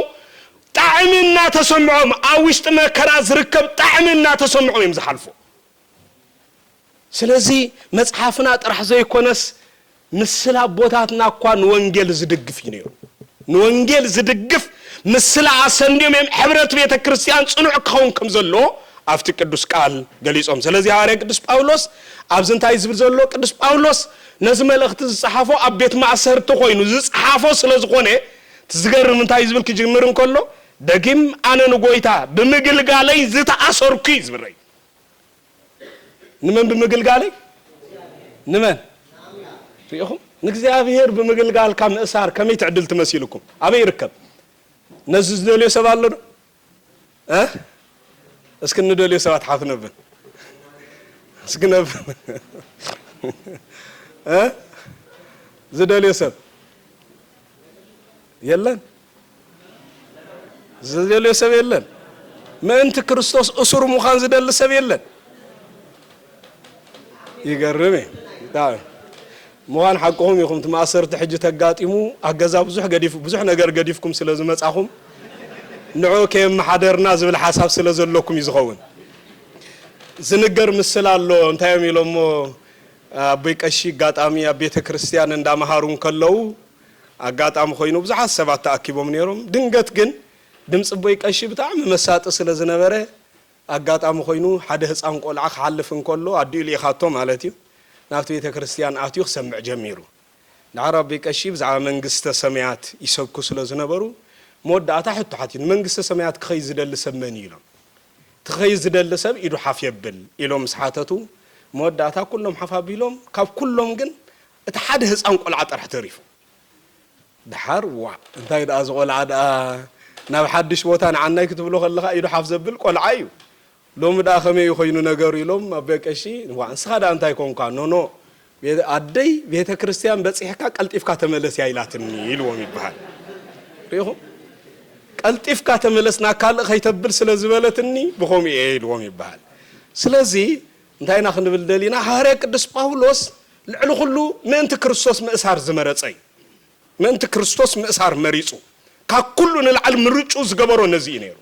ምኽንያቱ እቲ ዝበለፀ ጣዕሚ ዘሎ ብኡ ከም ምዃኑ ፈልጥ ካብ ምእንቲ ክርስቶስ እሱር ምዃን ዝበልፅ ነገር የለን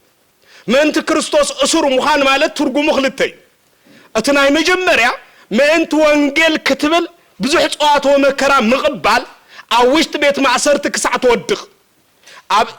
ኣብ ውሽጢ ዓላውያን ጨካናት ነገስታት ክሳዕ ትወድቕ ምእንቲ ወንጌል እሙን ምዃን ማለት ይብኻል ኣበሃል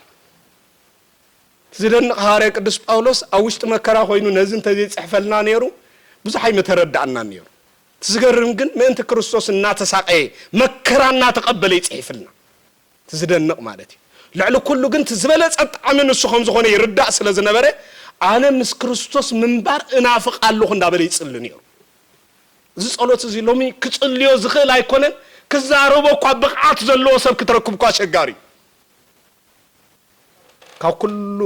ኣብ ቅዱሳት መጻሕፍቲ ዝተጻፈ ታሪክ ቃል ንኽትዛረቦ ኣዝዩ ዝኸብደካ የና እዩ እንተልኮምኒ ኣነ ኣብ ህይወተይ ኩሉ ሳብ ትኸብደኒ ቃል እዚኣ እያ ምስ ክርስቶስ ምንባር እንታይ ይገብር ኣለኹ እስክበሉ ላይ እዚኣ ትኸብደኒ ብኸመይ እንተዳ ኢልኮምኒ ምስ ክርስቶስ ንምንባር ዝናፍቕ ልብ ስለ ዘይብልና ትዝኸበደ እዚ መን ኢሎም ምስ ክርስቶስ ምንባር ዝናፍቕ ምስ ክርስቶስ ምንባር ናፊቁ ምክንያቱ መብዛሕትኦም ሰባት ሎሚ ንክርስቶስ ዝደልይዎ ንግዚያዊ ረብሖኦም እዩ ንስጋዊ ረብሖኦም እዩ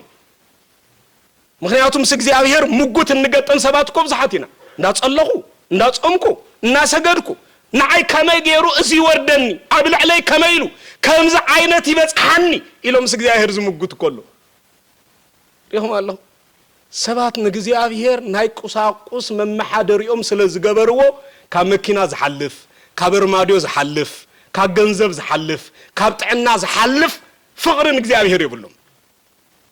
ጥዕና እንተጎዲልካ እግዚአብሔር ምሳኻ የለ እንታይ ገይሩ እዚ እግዚአብሔር ካብ ሰበይ ዝገድድ ኃጢአት ደለኒ ወረግ ይብለካ ገለገለሲ ኣስተዋልኩም ነው ካብ ሰበይ ዝገድድ ኃጢአት ስለ ዘለኒ እግዚአብሔር ዝሕምመኒ እንታይ ገይሩዮ እንታይ በዲልዮ ይጾም ኣለኹ ይጽልይ ኣለኹ ቤተ ክርስቲያን ይኸይድ ኣለኹ እንታይ እጉዲለሉ ወረግ ይብለካ ወይ ጉድ ሰግደልና ሉ ተተቆፂሩ ዳ ከቢድ እንዲ እግዚአብሔር ግን ጋው ይሰውረና ስለዚህ እግዚአብሔር እምባር እትዛዓበ እናፍቕ ኣለኹ ተባሂሉ ተነጊር ብዝቃል እዚ ሎ ምናፍቆትና እንታይ ናይ ነፍስ ወከፍና ናይ ልብና ናፍቆት ነቲ ቃሉ ዝብሎ ዝቀረበ ዘይኮነ ክኸውን ይኽእል ኣስተውዕሉ እንታይ ናፍቆትና ሎ ናይ ቅዱስ ጳውሎስ ናፍቆት ምስ ክርስቶስ ምንባር ይነሩ ምስ ክርስቶስ ምንባር እናፍቕ ኣለኹ ኢሉ ንምንታይ ኢኻ ትናፍቕ ሞት ከቢድ ኣይኮነን ዝብል ሓታት እንተተረኺቡኻ እንታይ ይምልስ ንዓይ ሞት ረብሓ እዩ ሪኹም ሓቀይ ሞት እንታይ ዝብል ረብሓ እዩ ንክርስቲያን ሞቱ ረብሑ እዩ ክርስቶስ ከዓ ንዓይ እንታይ ህይወተይ እዩ ሪኹም ክርስቶስ ህይወተይ ሞት ድማ ረብሓ እዩ ዝምልስ ሐዋርያ ምስ ክርስቶስ ምንባር ዘለዎ ናፍቆት ድማ በኸምዚ ዓይነት ማሕተም ዘረጋገጸ ሐዋርያ ስለ ዝኾነ ማእሰርቲ ንዕኡ ካብ ክርስቶስ ክፈልዩ ይካኣል ስለዚ ማእሰርቲ ኮይኑ እኳ ኣብ ስቃይ ኮይኑ እኳ ወንጌል ካብ ምስባኽ ንድሕሪት ዘይበለ ሐዋርያ ቅዱስ ጳውሎስ እዩ ሎሚ ትፈልጡ ኢኹም ማእሰርቲ መከራ ስቃይ ወሪዱ ይኮነን ኣነ ብሓቂ ዝብለኩም ጠቕላላ ሎሚ መቸስ እንታይ ኣፉ ኸይተዛረበ ብሕማቕ ኣረኣያ እኳ ተርእና ዋ ታይም ዳ ዞም ኣብ ቤቀ ሽፍቲ ቤተ ክርስቲያን ክትከይድ ከለኻሲ ኣረኣዮም ደስ ይብለካ ከምቲ ኮይኑ ዳ ዘይንገድፎ ኣሎ እንታይ ፀገም ኣሎ ዝብሉ ሰባት ኣየጓንፉኹም ኣዘራርባ ኣብ ቤቀ ሺ ይኮነን ኣረኣያ ኣብ ቤቀ ሺ ዘስተባህሉ ክርስቲያናት እውን ኣለዉ ሎም ማለት እዩ ሪኹም ኣሎ ስለዚ ነፍሶ ከፍ ሰብ ሎሚ ካብ ቤተ እግዚአብሔር ንምርሓቕ ካብ ሕብረት ንምርሓቕ ካብ እግዚአብሔር ንምርሓቕ ባዕሉ ሓላፍነት ክወስድ ስለ ዘይደሊ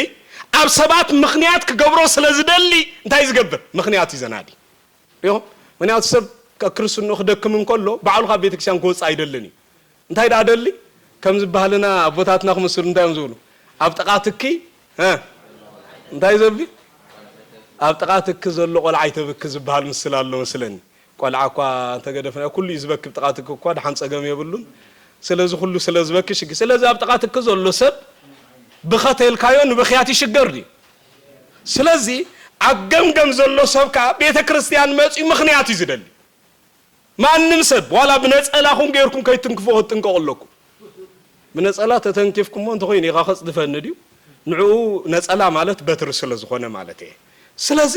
ንኸምዚ ኣቶም ሰባት ክንጥንቀቀሎም እንተ ኽኢልና ኸዓ ብዝግባእ ብፍቕሪ ቀሪብና ምስ እግዚአብሔር ምህላው ምስ ሕብረት ምህላው ክለማመዱ ኸነረድኦም ይግባአና ማለት እዩ ስለዚ بوزح ملك علومي تولدي ካብ ቤተ እግዚአብሔር ምርሐቅ ካብ እግዚአብሔር ንምርሐቅ ፈተና ምቁቃም ፈተና ምጽዋር ዝተሸገረሉ ዘመን ኢና ዘለና ሰብሎሚ ሙቾት ስለዝገዝኦ ናይዚ ዓለም ዚያ ጣዕሚ ስለዝገዝኦ ጣዕሚ ክርስትናና ብህይወት ንኸይኑ ትርጉሙ ምኽንያት ኮይንናል ይኹ ምኽንያት ኮይንናል ሎምኮ ሰብ ከይጾውም ይሽገር ከይጸሊ ይሽገር كيسجد يشجر كبسات مصحف تخي ينبب يشجر زي تشجرنا له ነገር እንታ ያለን ታያለን الناس كنقرن قال زبز حسب كبلع تشجيره بجا خبا مخرن زبل يله كصل تشجيره يزبلك ابيت ابيت تابع خم اجيره تابيو كصبو نير مخالان ير مالته ስለዚህ ኮም ዝብል ሰብ የለን ከይጾውም ተሸጊረ ዝብል ሰብ አለው ከይጽል ተሸጊረ ዝብል ሰብ አለው መንፈሳዊ ስነ ምግባራት ከይሰርሕ ተሸጊረ ዝብል ሰብ አለው በሐቅ ይዝብለኩም በተሐደ ወገን ክሪዮ ኸለና ነዚ ከይገብር ተሸገረ ሰብ ንሐግዞ ይፍትናሉ ማለት ዝፍትን ሰብ ካኒ ኣብ ምግባር ይሽገርሞ ደገፍ የድልዩ ኣብዚ ግዜ እዚ ኣብ ቤተ ክርስቲያን ክድግፎ ዘድልያ ናይ ነፍስ ወከፍና ደገፍ ኣብ ሕብረት ዘድልይ እዩ ሓደ ነገር ግን ክነግረኩም ኣብ ሕብረት ዘሎ ሰብ ሰይጣን በቀሊሉ ኣይውድቆኒ ግልጽ ዲ ሐቀ ሓደ ምሳሌ ክነግረኩም ነዚ መረዳእታ ዝኸውን መብዛሕቶም ሰረቅቲ ኣብ ማእኸል እንታይ ምሰርቁ ኣብ ጽምዋ ደም ኣብ ማእኸል ዝደፋፋ ሰብ ዘሎ ኣብ እንታይ ምሰርቁ ኣብ ማእኸል ብዝሕሰብ ዝበዝሖ እና ደፉ እዮም ዝሰርቁ ኣብ ጽምዋ ቦታ ግን ኣይሰርቁን እዮም ምኽንያቱ ጽምዋ ቦታ ንሰረቅቲ ክትሕዞም ቀሊል ስለ ዝኾነ ሰረቅቲ ክትሕዞም ትሽገራበይ ኣበይ እንታይ ተገይሩ ይባሃል መቸስ ትፈልጡ ይኹም በጣም የሰረቅቱን ንስርቂ መቸስ ማስተር ስለዝገብሩሉ ጥበበኛታትን ኣዝዮም ሓደገኛታት እዮም ስለዚ እንታይ ገይሩ ይባሃል ኣብ ኣስመራ ይጋጣሚ ዘናይ ከተማ ኣውቶቡስ ኣለዋ ሓጂ ኣፍታ ከተማ ኣውቶቡስ እንዳኸዱን ከለው ሓደ ኣቦ ካብ ገጠር መጽዮም ባዕራይ ሸይጦም 10000 ኣብ ጅቦም ይቀምጥዎ ጅጋጣሚ እንዳኸዱን ከለው بدنجت 10000 تي سراق يريون مو دحريهم تسعيب آتيو نزن 10000 كاب جبوم يوصان دحر مسوصن ابو قدم اوتوبوس تطوم بالا سلن تدلو جبوم يسنو واي سلي يلوم مچس عاو يبلو بدحريو حدا سباي بطعم زحزن ريو ازبلكم زلخو حقኛ تاريخي يريو اغاطامي سايغبر دحر موداتا حدا اغاطام تدغف زنبره من يسرقو ናይዞም ምስኪን ሰብአይ ዚኦም ገንዘብ ዝወሰደ ሕጂ ነታ አውቶቡስ ከይተንቀሳቀሳ ክርከባሎ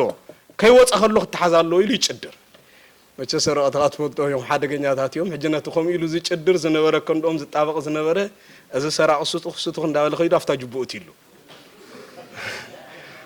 ዳሃር አጋጣሚ ኾይኑ ፖሊስ ተጸውዑ ፖሊስ መጽ ይፈተሽ ተተባለ ኣብ ጅቡት ተረኺባ እንታይ ይኸለኩም ደለ እዚ ሰብ رأيو حقنت نايز سب زمسكرولو من እግዚአብሔር ጥራሕ ይረዩ ነዚህ ሰብ አሞዳታ ዞም ፖላይስ እዚ ህዝቢ ዋ ከምዚ ይሰራቀ ከምስል ከምዚ ሊፍክር ከምዚ ነበረ ኢሎም አዋሪ ደሞ ብዙኾነ ብዘይ ገበሮ ክልተ ዓመት ተአሲሩ ወጽ ማለት እዩ ሕጂ እንታይ ይብለኩም ደሊ በሐፈሻ አምጽልኩም ሰራቅቱ ብዙሕ ግዜ ንምስራቅ ምቹ ቦታ እዮም ዝመርጹ ሰይሎም አቃልዕ ቦታ አይሰርቁን ንምንታይ ተልና ሕጂ ንሕና ናፍት እንደሊ ዕላማ ኢና ክንወስድ ንምንታይ ተልኩምኒ አማ አኸል ዝተአከበ ህዝብ ዝሰርቅ ሰራቂ በቀሊል አይርከብን እዩ ንምባሊ በቀሊል ክትረኽቦ አሸጋሪ ወላ ፖሊስውን እንተደለዮ በቀሊል ጨሚቱ ካብርሑ ተኩይሱ ካርሞ ይክልን እዩ በቀሊልውን ክሕዞ ይክልን ይኹም ኣለኹ አማ አከል ሕብረት ድማ አስተውዕሉ ንሕና ድኹማት ክንከውን ንኽእል ኢና ናይ ዘይ ምጻን ክእለ ዘለና ክንከውን ንኽእል ኢና ናይ ዘይምጽላይ ክእለ ዘለና ክንከውን ንኽእል ኢና ብመንፈሳዊ ድኻም ዝወደቕና ሰባት ክንከውን ንኽእል ኢና ኣብ ማእኸል ሕብረት ተሊና ግን ጸላኢ ብቐሊሉ የጥቃዕና ምኽንያቱ ንሳቶም እናደገፉና ሓይልን ብርትዕን ረኺብና ነቲ ዝጎደለና መሊእና ሓቀኛታት ክርስቲያን ንምዃን ዓቕሚ ክንረክብ ይከኣለና እዩ ማለት እዩ ስለዚህ ብዙሕ ዝደኸምና እኳ እንተኾንና ንድኻምና ኩሉ ዘበርትዕ ግን ሓድነትና እዩ ሕብረትና እዩ ኣብ ውሽጢ ሕብረት እንተሊና ዝጎደለና ኩሉ ብቐሊል ክምላእ ብቐሊል ሙሉእ ክኸውን ቀረባ እዩ ርሑቕ ኣይኮነን ነዚኦም መጽሓፍ መነኮሳት ታሪኽ እኳ እንተዳ ተመልኪትኩም ሓደ መነኮስ ካብ ገዳም ክወፅእ ብዝኾነ ይኹን መለክዕ ኣይፍቀደሉን ሰይጣን ብጾም ፈቲንዎ ክበልዕ ፍቀደሉ ብጸሎት ፈቲንዎ ክድቅስ ፍቀደሉ ካብ ገዳም ውፃእ ኢሉ እንተዳ ኣዝይዝዎ ግን ናይ ገዳም ዓንዲ ሒዙ ከእውይ ዝእዝዝ ርኢኹም ስለዚህ ሓደ መነኮስ ካብ ገዳም ክወፅእ ሰይጣን ልዕሊ ኩሉ ዝስዕሮ ካብ ገዳም ክወፅእ ትኽእል ንሓደ ፈላሲ ስለዚህ መጽሓፍ መነኮሳት እንታይ ዝብል ውፃእ እንተይልካ ዓንዲ ሒዝካ ይእውይ ይብል ንምንታይ ድምጽናቱ ምስ ሰምዑ ኣብቲ ገዳም ውሽጢ ሓደ ዝደኸመ ሰብ መንፈሳዊ ድኻም ዘጋጠሞ ፈላሲ ከም ዘሎ ተረዲኦም እቶም ማሕበር ብምሉኦም ይእከቡ እሞ ኣክንዱ ጸሎት የቕርቡሉ ብጸሎቶም ደጊፎም ድማ ብርቱዕ ሰብ ከም ዝኸውን ነቲ ዘጋጠሞ ፈተና ዝስዕረሉ ዓቕሚ ብቕዓትን ከም ዝረክብ ድማ ይገብሩ ሪኹም ኣሎ ጥበብ ኣቦታትና ስለዚህ ሎሙን ድኻም ኣብ ዝተሰማዓና ቁፅሪ ካብ ድኻምና ሓኪማ ቡርትዓት እትገብረና ቤተ ክርስቲያን ከም ዮሐንስ አፈወርቅ ኣገላልጻ ቤተ ክርስቲያን እኮ ቤት ፍርዲ ይኮነትን ንድኻምና ትጽብጽብ ቤተ ክርስቲያን ኣይኮነትን ስኻ ሰራቂኻ ስኻ ዘማዊኻ ስኻ ሓሳዊኻ ስኻ ቀታለ ነፍሲኻ እና በለት ድኻምና እትጽብጽብ ሓጢያትና እትቆጽር ቤተ ክርስቲያን ይብልና ምኽንያቱ ንቤተ ክርስቲያን ዘመሓድራ ክርስቶስ እዩ ክርስቶስ ድማ ትማለ አብይ ነርካ ዘይኮነ ስሎሚ አብይ አለኻ ኢሉ ይዝሓትት ስለዚህ ቤተ ክርስቲያን በአገላልጻ ዮሐንስ አፈወርቅ ቤት ፍርድ ዘይኮነት ሕክምና ነቲ ጽኑዕ ሕማም ዘጋጠሞ ሰብ እንታይ ይዝግበር ነቲ ጽኑዕ ሕማም ዘጋጠሞ ሰብ እንታይ ኢኻ ትገብሮ ቅድሚያ ተዋሂቡ ኸማን ሓቀይ ኢመርጀንሲ ቅድሚያ ተዋሂቡ ቅድሚያ ሕክምና ቅድሚያ ንዑ ዘድልዮ ምርመራ ኣቀዲሙ ምርመራ ከም ዝግበረሉ ተገይሩ ዝቀደመ ቦታ ዝወሃቦ ነቲ ጽኑዕ ሕማም ዝሓመመ ሰብ ቤተ ክርስቲያን ድማ ነቶም ጽኑዕ ድኻም ናይ ነፍሲ ዘጋጠሞም ነቶም ጽኑዕ ሕማም ናይ ነፍሲ ዘጋጠሞም ቅድሚ ኩሉ ቦታ ሂባ ተበርትዖም ተሐይሎም ንዖም ዘድልዮም መድሃኒት ትገብረሎም ምኽንያቱ ቤተ ክርስቲያን ሕክምና እያ ስለዚህ ድኻም ክስማዓና እንከሎ ናብ ቤተ ክርስቲያን ክንቀርብ እምበር ካብ ቤተ ክርስቲያን ክርሕቕ ኣይግባአናን እዩ እቲ መድሃኒት ዘሎ ኣብ ቤተ ክርስቲያን እቲ መድሃኒት ዘሎ ኣብ ሕብረት ምዃኑ ኣብታ ብመንፈስ ቅዱስ ሓበረት ቤተ ክርስቲያን ምዃኑ ልዕሊ ኩሉ ክንርድኦ ኣለና እዚ ዘይምርዳእ እምሎም ብዙሓት ካብ ቤተ ክርስቲያን ዝጠፍኡ ዘለዉ ድኻም ከጋጥሞም ከሎ ስጋዕ ዝበርትዓና ኣለና ምስ ደኸምና ግን ጠፊእና ኣለና ብዝበለፀ ሰብ ኣብ ቤተ ክርስቲያን ክህሉ ዝግባእ ኣብ ዝደኸመሉ ግዜ ምኽንያቱ ክርስቶስ ነታ ዝጠፍአት ሓንቲ በጊዕ እምበር ነተን 99 ጻድቃን ክደልዩ ኢሉ ይመፀን ግልጽ ዲ ሓቀ ዕላማ ክርስቶስ ኣይተረዳእናሉ ማለት እዩ ነታ ዝጠፍአት ካብኡ ዝኸብለለት ብነፍሲ ድማ ዝደኸመት ከቢድ ደዌ ዝተጠቃት ብሕማም ሓጢአት መጻጉዕ ዝኾነት በጊዕ ንዓ ከናድኡ ክርስቶስ ናብዚ ዓለም ዝመጽ ስለዚህ ክርስቶስ ንነፍሲ ወከፍና ይደልየና ንሱ ድማ ንዓና ነፍሲ ወከፍና ደልዩ ትንሳኤ ክበና ይዝመጽ ሪኹም ነታ ዝጠፍአት በጊዕ ዝተሸከማ ኮመንዲ ክርስቶስ ዘይኮነን ስለዚህ ንሱ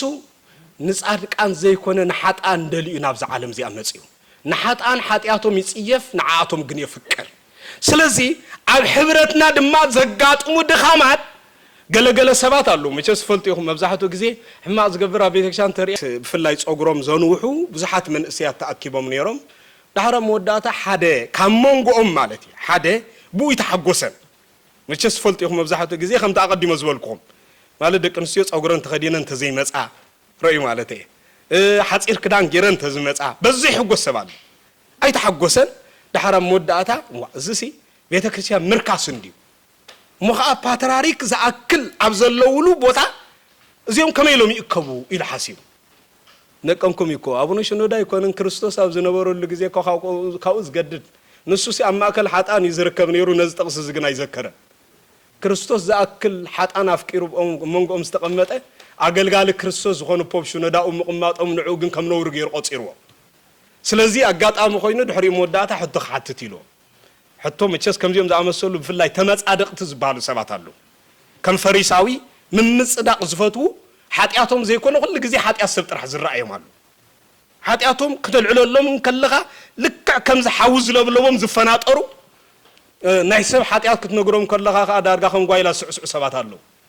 ከም ደርፊ ዝወላዕካሎም ስዕስዑ ማለት እዩ ስለዚ ልክዕ ከምኦም ዓይነት ሰባት ሓደ ግዜ እውን ትጥርጥር ኣብ ቤተ ክርስቲያን በዓላ ክርስቶስ ኣብ ቤተ ክርስቲያን ፖሊስ ዝቆፀሮም ዓይነት ሰባት ዝመስሉ ሰባት ኣለው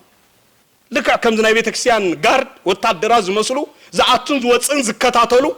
ዝወፅን ዝኣቱን ተኸታቲሎም ካስኻ ንምንታይ ከምዚ ጌርካ ንምንታይ ከምዚ ሰሪሕካ እናበሉ ንቤተ ክርስቲያን ዘይመልክዓ ከም ትሕዝ ዝገብሩ ሰባት ኣለው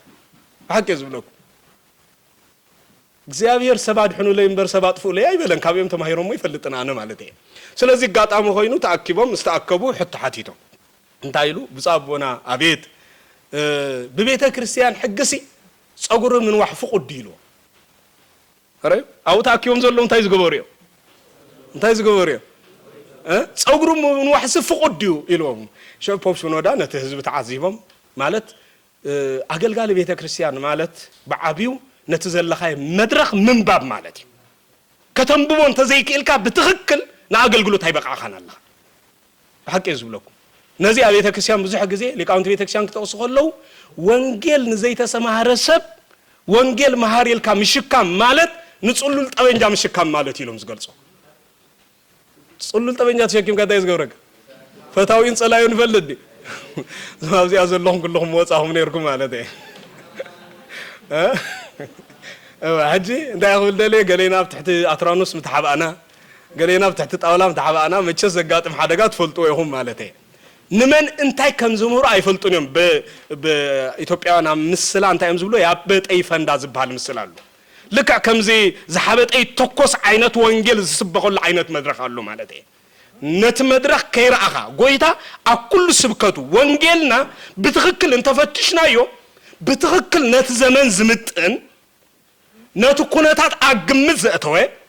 ክርስቶስ ይምህር ከም ዝነበረ ኢና ንመሃር ትዝደንቀኩም ማለት እዩ ንኹሉ በጥበብን በሜላን ይምህር ከም ዝነበረ ይዝንገር ካኩሎም ሐዋርያት ትዝበለጽ ሐዋርያት ተባይሉ ተጸውዐ ጳውሎስ ቅዱስ ጳውሎስ ኮሙ ዝተባሃለሉ ተቀንድ ምክንያት ምን ታይመስልኩም ንኹሉ አገልግሎቱ በጥበብ ይገብሮ ስለዝነበረ እዩ ጥበበኛ ሰብ ነይሩ ጥበበኛ ንኹሉ በጥበብ ንዓለም በጥበቡ ና ወንጌል ከም ትምለስ ና ክርስቶስ ከም ተአምን ዝገበረ ስለዝነበረ ዝበለጽ ሐዋርያ ዝብል መጽውዕ ስም ተዋይቡ ረይኹም አለሁ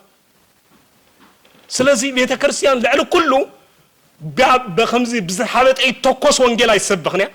ቤተ ክርስቲያን ነፍስ ወከፍ ዘርአታ ዘርኢ ክትበቁል ያትደሊ መቸስ ፈልጥኹም ሓረስታይ ናብ ሕርሻ ኸይዱ ተደሊ ይብቆል ኢሉ ዘርኢ ምናልባት ሕጂ ዘሎ ሓረስቶስ አይንፈልጥን አቦታትና ግን ከም ይነበሩ ማለት እዩ ስለዚህ ፖፕ ሽኖዳ ልክዕኮም ምስ ገበረ ነቲ ጉባኤ ተዓዚቦም ምስ ራእይዎቶም ዝበዝሑ ገሊኦም ጸጉሮም ከም ዝገይሮም ዝኣሰሩ እዮም ገሊኦም ከዓኒ ጸጉሮም ፍሪዝ ገይሮም ዘዕበይዎ እዮም ብዙሕ ርዮም ማለት እዩ شو حساب نستوسن دقيق سق إلهم ريحج أزي طبب مالت سق إلهم دحرا مود أثان تايلهم زودي حتى خاص بو إلهم نجرجم بيت كريستيان أقماق ما حد ياتنبرا أقماق ما تصغري تمهرني إلهم ريهم نحنا ندحر تصغرون كم نايم كم تنتاخسر هي إلهم بعد ريهم حجي أزي إلهم نعوم سقصصوا بيت كريستيان بزعبا تصغري تمهرن مالت هايكونن ግን ናይ ጾጉሪ ናይ ሕልና ሕግንበር ጾጉሪ ቤተ ክርስቲያን ቅድም ናይ ህይወት ለውጥ ሰብ ክገብረሎ ኢላ ትእዝዞ ይኮነን ግልጽ ዲ ሐቀ ስለዚህ አየናይ ክቅድም ከም ዘሎ እንተ ዘይፈሊጥና በሓደጋ ንወድቕ እሱ ክፈልጥ ዘይምኽኣል ኢኻ ሎሚ ብዙሕ ግዜ ብዙሕ ሰቢኽና ብዙሕ ከነፍር ዘይንኽእል ዘለና ብዙሕ ንደክም ኢና ብዙሕ ንሰብኽ ኢና ብዙሕ ጉባኤ ንሰርዕ ኢና ፍረና ግን ውሕድ እዩ ንምንታይ ምክንያቱ እትዝበልና ይመልስን ሲዩ ስለዚህ ብድሕሪዚ ፖፕ ሽኖዳ ነተሰብ አውጽዮም ነቲ ትሕትና ርእሱ ከም ዝደንን ገይሮም ምስ ነገርዎ አሞዳታ ንሱ ካፍቲ ጉባኤ ምስ መጸ ነቶም ምስ ወጸ ነቶም ዝተረፉ ግን ዝግቦም ትምህርት ምሂሮም አፋንዮም ማለት ጥበበኛ እምነ ንዝግቦ ሰብ ሞራሉ ከይተንከፉ ንልቡ በፍቅር እግዚአብሔር ተመሲጡ ናብ ቤተ እግዚአብሔር ከም ዝመጽ አም ምግባር ይሰርሑ ነይሩ ስለዚህ እንታይና ክንብል ነዝውና ምጽናዮ አርስተ ትምህርትና መጠቃለል ዝገልጹ እነዚሁ ምክንያት ቤተ ክርስቲያን ዓላማ ንሕብረታ ጽኑዕ ከም ዝኸውን ምግባር እዩ ሕብረታ ጽኑዕ ዝኸውን بخمي تلنا بما أثر منفس قدوس تأثر بما أثر سلام تأثر تقويني متأمريو ناي سلام متأمر خونالو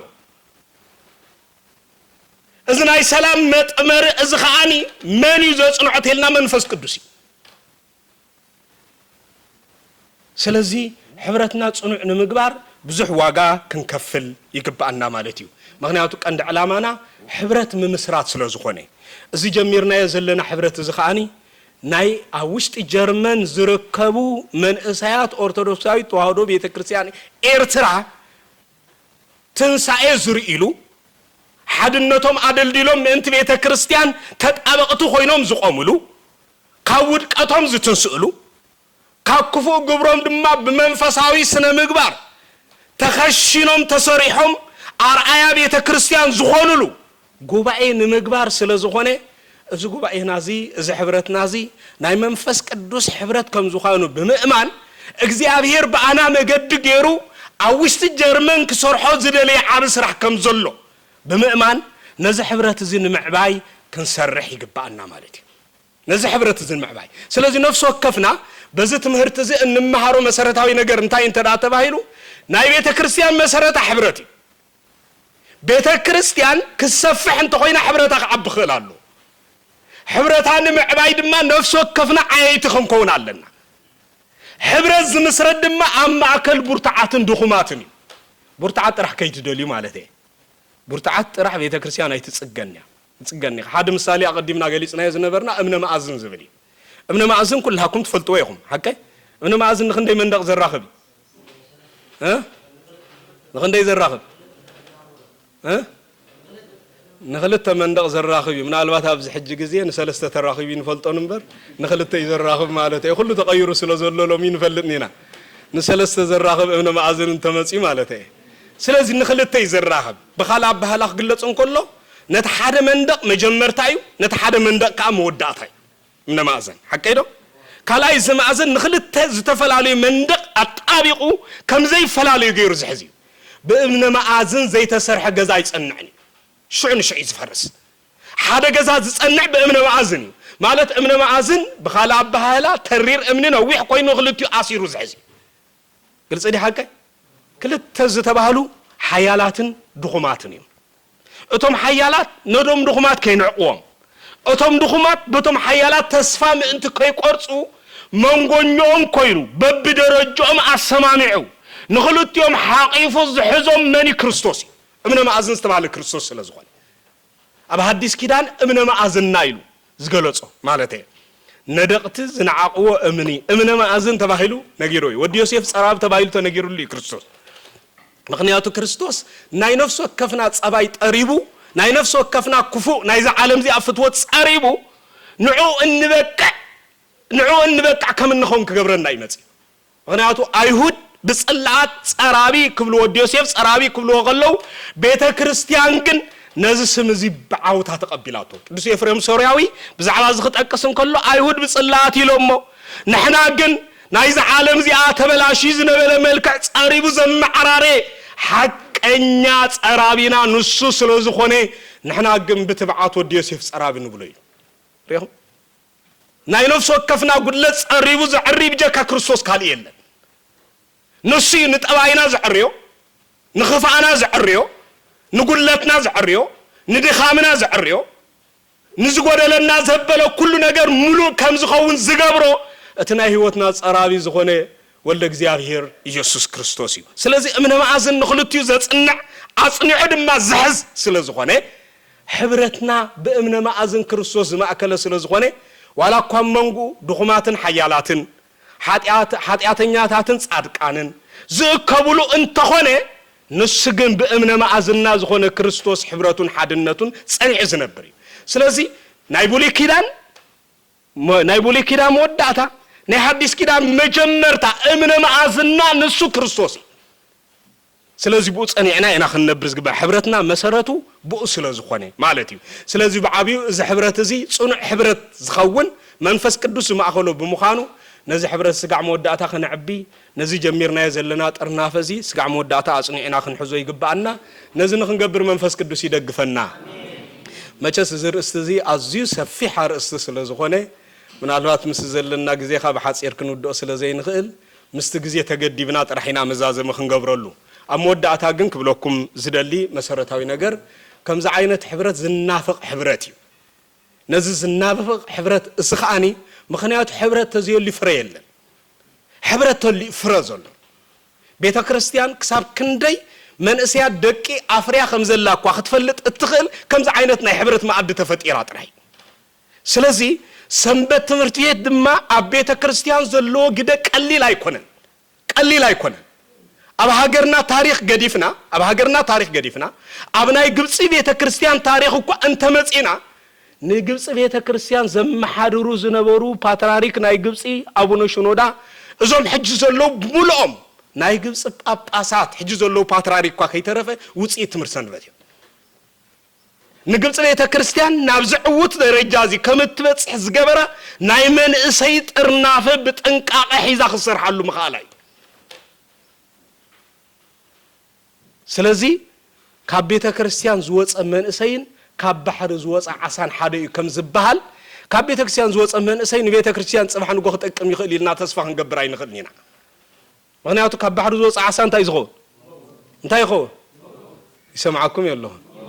እቲ ማይክሮፎን ኣብ ዝቅድሚ ጥራሕ ይስማዕ ዘሎ እሺ ካብ ቤተ ክርስቲያን ዝወፀ መንእሰይ ከ እንታይ ይኸውን አይተቀይሮ ይሞት እንደበለው እንታይ ችግር አለ ስለዚህ ካብ ቤተ ክርስቲያን ዝወፀ መንእሰይን ካብ ባሕሪ ዝወፀ ዓሳን ሓደ ኣብ ዝኾነ ይኹን ዘመን ቤተ ክርስቲያን እተኣመነሉ መሰረታዊ አስተምህሮ እዚ ምክንያቱ ቤተ ክርስቲያን መንእሰያት ተዘይብላ ቀጻልነት ድማ ይብላ ንቤተ ክርስቲያን ናይ ቀጻልነታ ውሕስነት መንእሰያት ስለዚህ ቤተ ክርስቲያን ድማ ናይ ቀጻልነታ ውሕስነት ክኾኑ እንተዳ ኮይኖም ግቡ አስተምህሮ ኣብ ቤተ ክርስቲያን ክመሃሩ ክኽእሉ መድረኽ ክህልዎም ክኽእላሉ ከም ተቀዲሞውን ኣብ ቀሺ ፖፕ ሽኖዳ ብዙሕ ግዜ ደጋጊሞም ንዝብልዋ ዝነበሩ ቃል ደጊሞም ልናዮም መንእሰይ ዘይብላ ቤተ ክርስቲያን እንታይ ናይ መጻኢ ተስፋ ዘይብላ ቤተ ክርስቲያን ስለዚህ ቤተ ክርስቲያንና ካብ ምዕራባውያን ተማሂርና ምዕራባውያን ትፈልጡዎም ምናልባት ዝበዝሕ ትጥቀምሉ እናቶም ቤተ ክርስቲያን ክኾኑ ይኽእል ሓቀ ህዝቦም የለን ቤተ ክርስቲያን ግን እንታይ አሎ ህንጻ ቤተ ክርስቲያን አሎ ህዝብ ግን የለን ንምንታይ ዝቕጽሉ ወለዶ ኣብ ኣምልኾት ከይነብር ቀንዲ ሳዕቤን ዝኾነ እንታይ እንተተባሂሉ ሓሳቦምን ሕልኖምን ህንጻ እምበር ሓሳቦምን ሕልኖምን ሰብ ምስራሕ አይነበረን በዚ ምክንያት መንእሰያቶም ከሲሮም ስለዚህ ቅድሚ ሁሉ ቤተ ክርስቲያን لعل كله تقدسلو تنقسقس ህንጻይ ቤተ ክርስቲያን አብዳስ አገልግሎታ እናፈጸመት ክትነብር ትኸለ ንህዝባ ንምድሓን ግን ብዙሕ ዋጋ ክትከፍል ክትቀላሉ ስለዚህ ተዛዓበየ መንእሰያት ናብ ቤተ ክርስቲያን ምምጻዩ መንእሰያት ኣብ ቤተ ክርስቲያን ተመጽዮም ቃ ውሕስነት ናይዛ ቤተ ክርስቲያን ዚኣ ከም ዝረጋገጽ ጌርና ያለና ማለት እዩ ከምቲ መንእሰይ ኩሉ ይዝደልዮ መንእሰይ ፖለቲከኛታት ይደልይዎ መንእሰይ ሰይጣን ይደልዮ መንእሰይ እግዚአብሔርን ይደልዮ ረህማሉ ስለዚህ መንእሰይ ሎሚ ቤተ ክርስቲያን ክትቀመሉን ተዘይክኢላ ፖለቲከኛታት ክትቀሙልዮ ፖለቲከኛታት እንተ ተጠቂሞም ለኻ በመገድ መንእሰይ ገሮም ንቤተ ክርስቲያን ኩዋግዋ ረህማሉ ስለዚህ ሎሚ መንእሰይ ንቤተ ክርስቲያን ዝዋጋ ከይከውን ቤተ ክርስቲያን ያክትሕዞ ክትቀል ዘለዋ ቤተ ክርስቲያን ክትሕዞን ተኾይናኻ ቤተ ክርስቲያን ዝተባሃልና ንሕና ስለዝኾንና ኣብ መንእሰያት መሓዝ ዓቢ ኣስተዋጽኦ ክንገብር ክንክእል ኣለና ማለት እዩ እዚኣ ታዛዕቤት ሓቂ ዝብለኩም ሎሚ ኣነ ዝከረኒ ካብቲ ዝደንቀኩም ቤቀሺ አንቶበይ ዝገልጾ ዝነበሩ بشحنت شعتميتن 49 عامة مرت بيت تمر سنبت أب إرترا تخفيدو تزقرمكم مالت من البات عامتكم قصرون كلنا لعل السوس عامت غيرو مالت كاف تزقرم جن لعل السوس عامت غيرو تباهيلو مبر كساب زحج ساعات بملكة تمر سنبت زفريف وتصيت سلا زي نبره سقع زقرب عامتات زبزحو من اسيات إرترا منافقان وسطهم نيرو زبزحو ما عليها زي يقولوا من اسي إرترا بمنافقان قعيزي بتقارن خا من اسيات زقتلوهم بوليتيكانيات زقتلوهم من اسياتنا بزحاتهم ريخم من اسي بيت كريستيان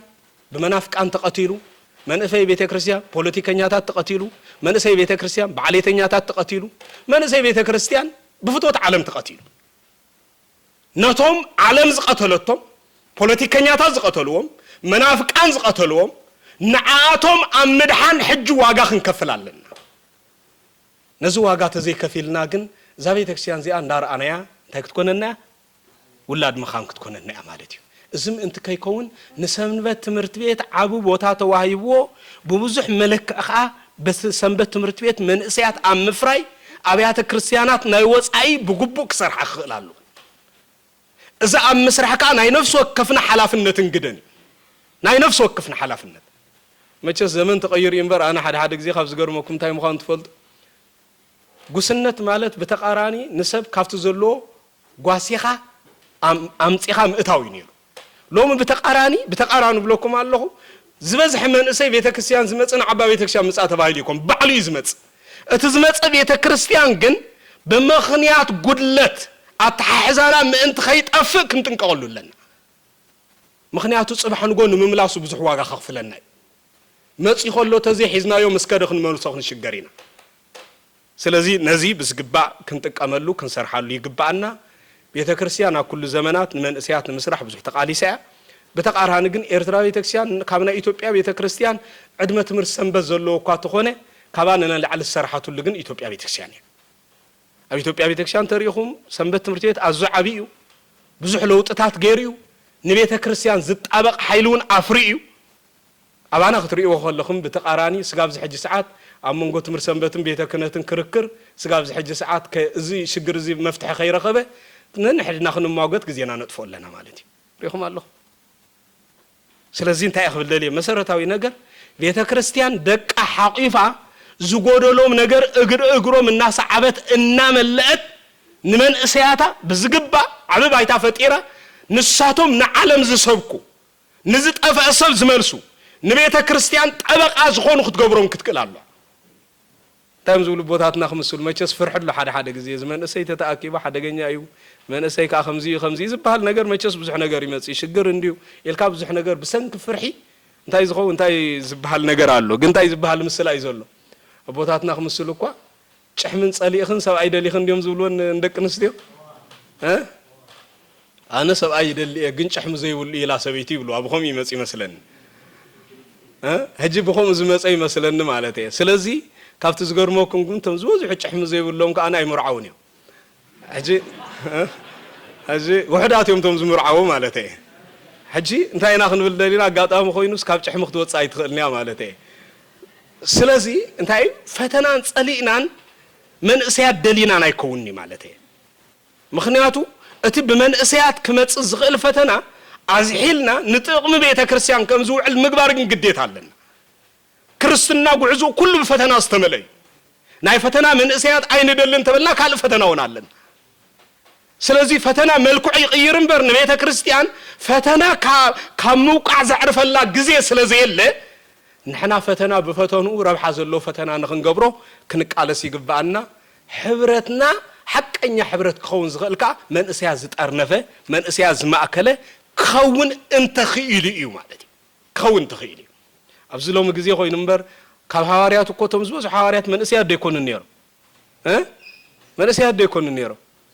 ስለዚህ ቤተ ክርስቲያን እኮ ዓለም ከማን ዘመነት በመን እስያት ገራ ስለዚህ መን እስያት ቤተ ክርስቲያን ዘሎም እንግዲህ ቀሊል አይኮነንሞ ነቦታቶም ዝድግፉ ንቤተ ክርስቲያን ዝጣበቁ أبزو معبول عالم الزخاء نمعبول عالم التحساسبات ترديهم نزاب المعبالة نبيت كسيان تواجع زل عالم زركمو من إسيات كنفري نخل بب درجهم بب زبصحو درجة نروح بيت كريستيان كم زوعلو نخنجبر كنك على سيجبارنا نزل نخنجبر منفس قدوس يدقفنا نزل نخنجبر منفس قدوس يدقفنا ناتب منفس قدوس رخبكم محبرات بما أثر السلام أميركم كتحلوه تقادلوا زبل عرست تمهرتي بتقللوا أقول ده حبرات مسرس جبريو حبرات من مسرات تقادلوا سلازدلي تقادلوا نخا أما أثر السلام أما أثر هلخ مسرس جبر زي كونه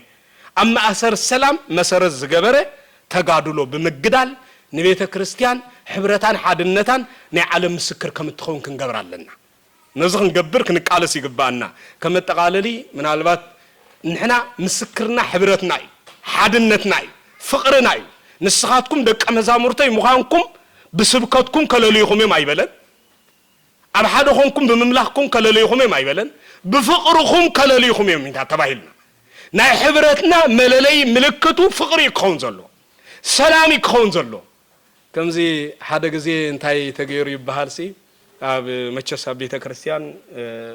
بقال من اسيات تبعيسو حار مستباسو مچس عرقوم تباهيلو حدا بيمصو عرق خعرقو دحال عرقي نعته تباهلو انو عرق مسابيو مو نبونا ننجرب مصيم عرقوم تباهيلو نسم مسمصو غاطام خوينو اتمغت قصيلم مغت مسقصلو موداتا ماتيوس ميراف 24 نتاي تول تقسيا زله فقر بزحات انتي كتكوني اتون كزحت لي حاجه تطنقو كزحت لي ابلو مبر كطفي ايلكم ايتقيروا زبز حسب نتا فقر بزحات كزحت لي اتبل كطفي ايلو سلاز ترجمه باس سبات كرون كله كون زلو يمسلو دحر يمم واي دحر موداتا انت يعملون كركرهم ريمم موداتا اي بنوسون كو مصحف يلو اي فقر بزحات كطفي ايلو اندي مغدافهم يحيش يلو يبحال ريهم حجه تاخذ دلي انا امصيو مسرتاوي ነገር أبيت كريستيان قلسيو نستبعسك تعرك بقلسي خاتنبر نزدخمه ختبرت قلسي خاتنبر هيوت بيت كريستيان بقلس بتقادلو تنبره يوصل لزخونيو قدس باولوس بمأثر سلام تقادلو بالنغيرنا تقادلو يو سلام نخت رخبا بتقادلو خاتنبر از تقادلو از كن وصيتاوي تقادلو سلازي نحنا نبيت كريستيان حدا نخنجبر أبن نفصمو تقادلو زقاطمنا مسانا خلات كل بمتصوار كنبر كمز قبعنا نرأسنا خنأمن علمنا وصيتو خان عالم كنتصلوا عينا نبيت كريستيان طرح يمسلوكم عالم ملوكو زصبن نبيت كريستيان بحكي زبلوكم أبز زمن زخوين نبر أبتنت زمنكو كاب عالم سبب استسعنا غزي سب زركب زنبر بيت كريستيان ينيرو سب تسعينو نقستات سب سينا خاب عالم سبسينا سبزلو أبيلو مسناديو سبزلو بيتكسيان يلو من بيتكسيان يمتصنيرو سبدليوم ريهم لو مخه انتي دلي سبنا بيتكسيان زمص اغرغر دلي دي زمص انتي دلي نا بيتكسيان زمص اب عد انجليز اغاطامي قدس ماريام زبالنا ايثيوبيا بيتكسيان الله اغاطامي افت بيتكسيان باس خوين لحرب اسم سكونه ننحدحدوم اكلته جروب تمقيلوم قاليوم سينودوسينا زبلو قاليوم كا كمزي تي حبرت نايتي بيت كريستيان كمزي زوم قنجز بحالو زوم ناي قدم ناي درغز نبرو بحافشا كا تحبر زيدليو كا سلاز نبرو اين حبرني نايلو زيرو بوليتيكاوي اتيو ما وشت مالتي بزح غزي بوليتيكا ندحر كاتو زميري سب ابت تحساسو زفلاله اب هيوتنا كله بوليتيكا بوتا تزيهبنايو كل ساب حدينا غرمكم مالتي سلازي حدا انخونلو تزبلص كل غزي خنمرص الله باس خوينو باس مسكونه دحرام موداتا اغرغر خوينو تحرارو مسدلي بوليس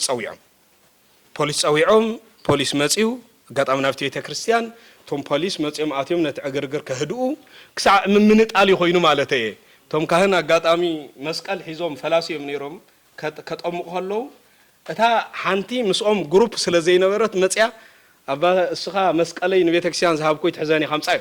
إلى ناتم خاب إيدهم كي ترفع من إلاتهم مسكال زحزنوكم على ده كسع كندس في الصامي أبيت كريستيان زي تخيل نبرت أنت تبع إسكا ناتو إلك أخذ صوات كي ترفع خد جمل نجزي أير كم زهاب كي ترسع مالته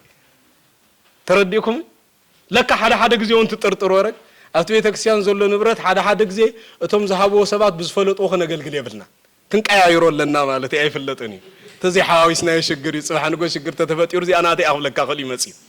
سلازي قاطعمي بأس خوينو بأس مسكونة توم بوليس مسيهم أتيهم نافت بيت كريستيان نافت مقدس قريبهم ده حرا قاطعمي حدا مسيهم زبولكم نتوم بوليس مسيو يتكسيان يزي نمل خل وتا يجامخهم أوصيلو نتوم بوليس مالتي ده حرت بوليس قريمو تعم قريمو هم متن لعليه زبلكم أزيدون سيو مجمريا سقيل ريو ده حر قريمو ده رحق الليل رحق الليل كابزا أنا جيريو زلوه جاما نلعلي كالج جاما قبل بخات شكيمك أنا نعخ عرق كاي لبيتكسيان مسيس نسخة حق خبارة تقبرني له حق تحس كاي أخاكو حق تخبري لنا بخا مسيلو ريو اتهم زي آمنو زمزنونا زودق أسنا مقبار انت حيزنا كابز غفو ودكات يلا سلازي نابز درجازي زبط صح ودكات دما نوزح السبات كاب بيت كريستيان نمطفع مخنيات يزخون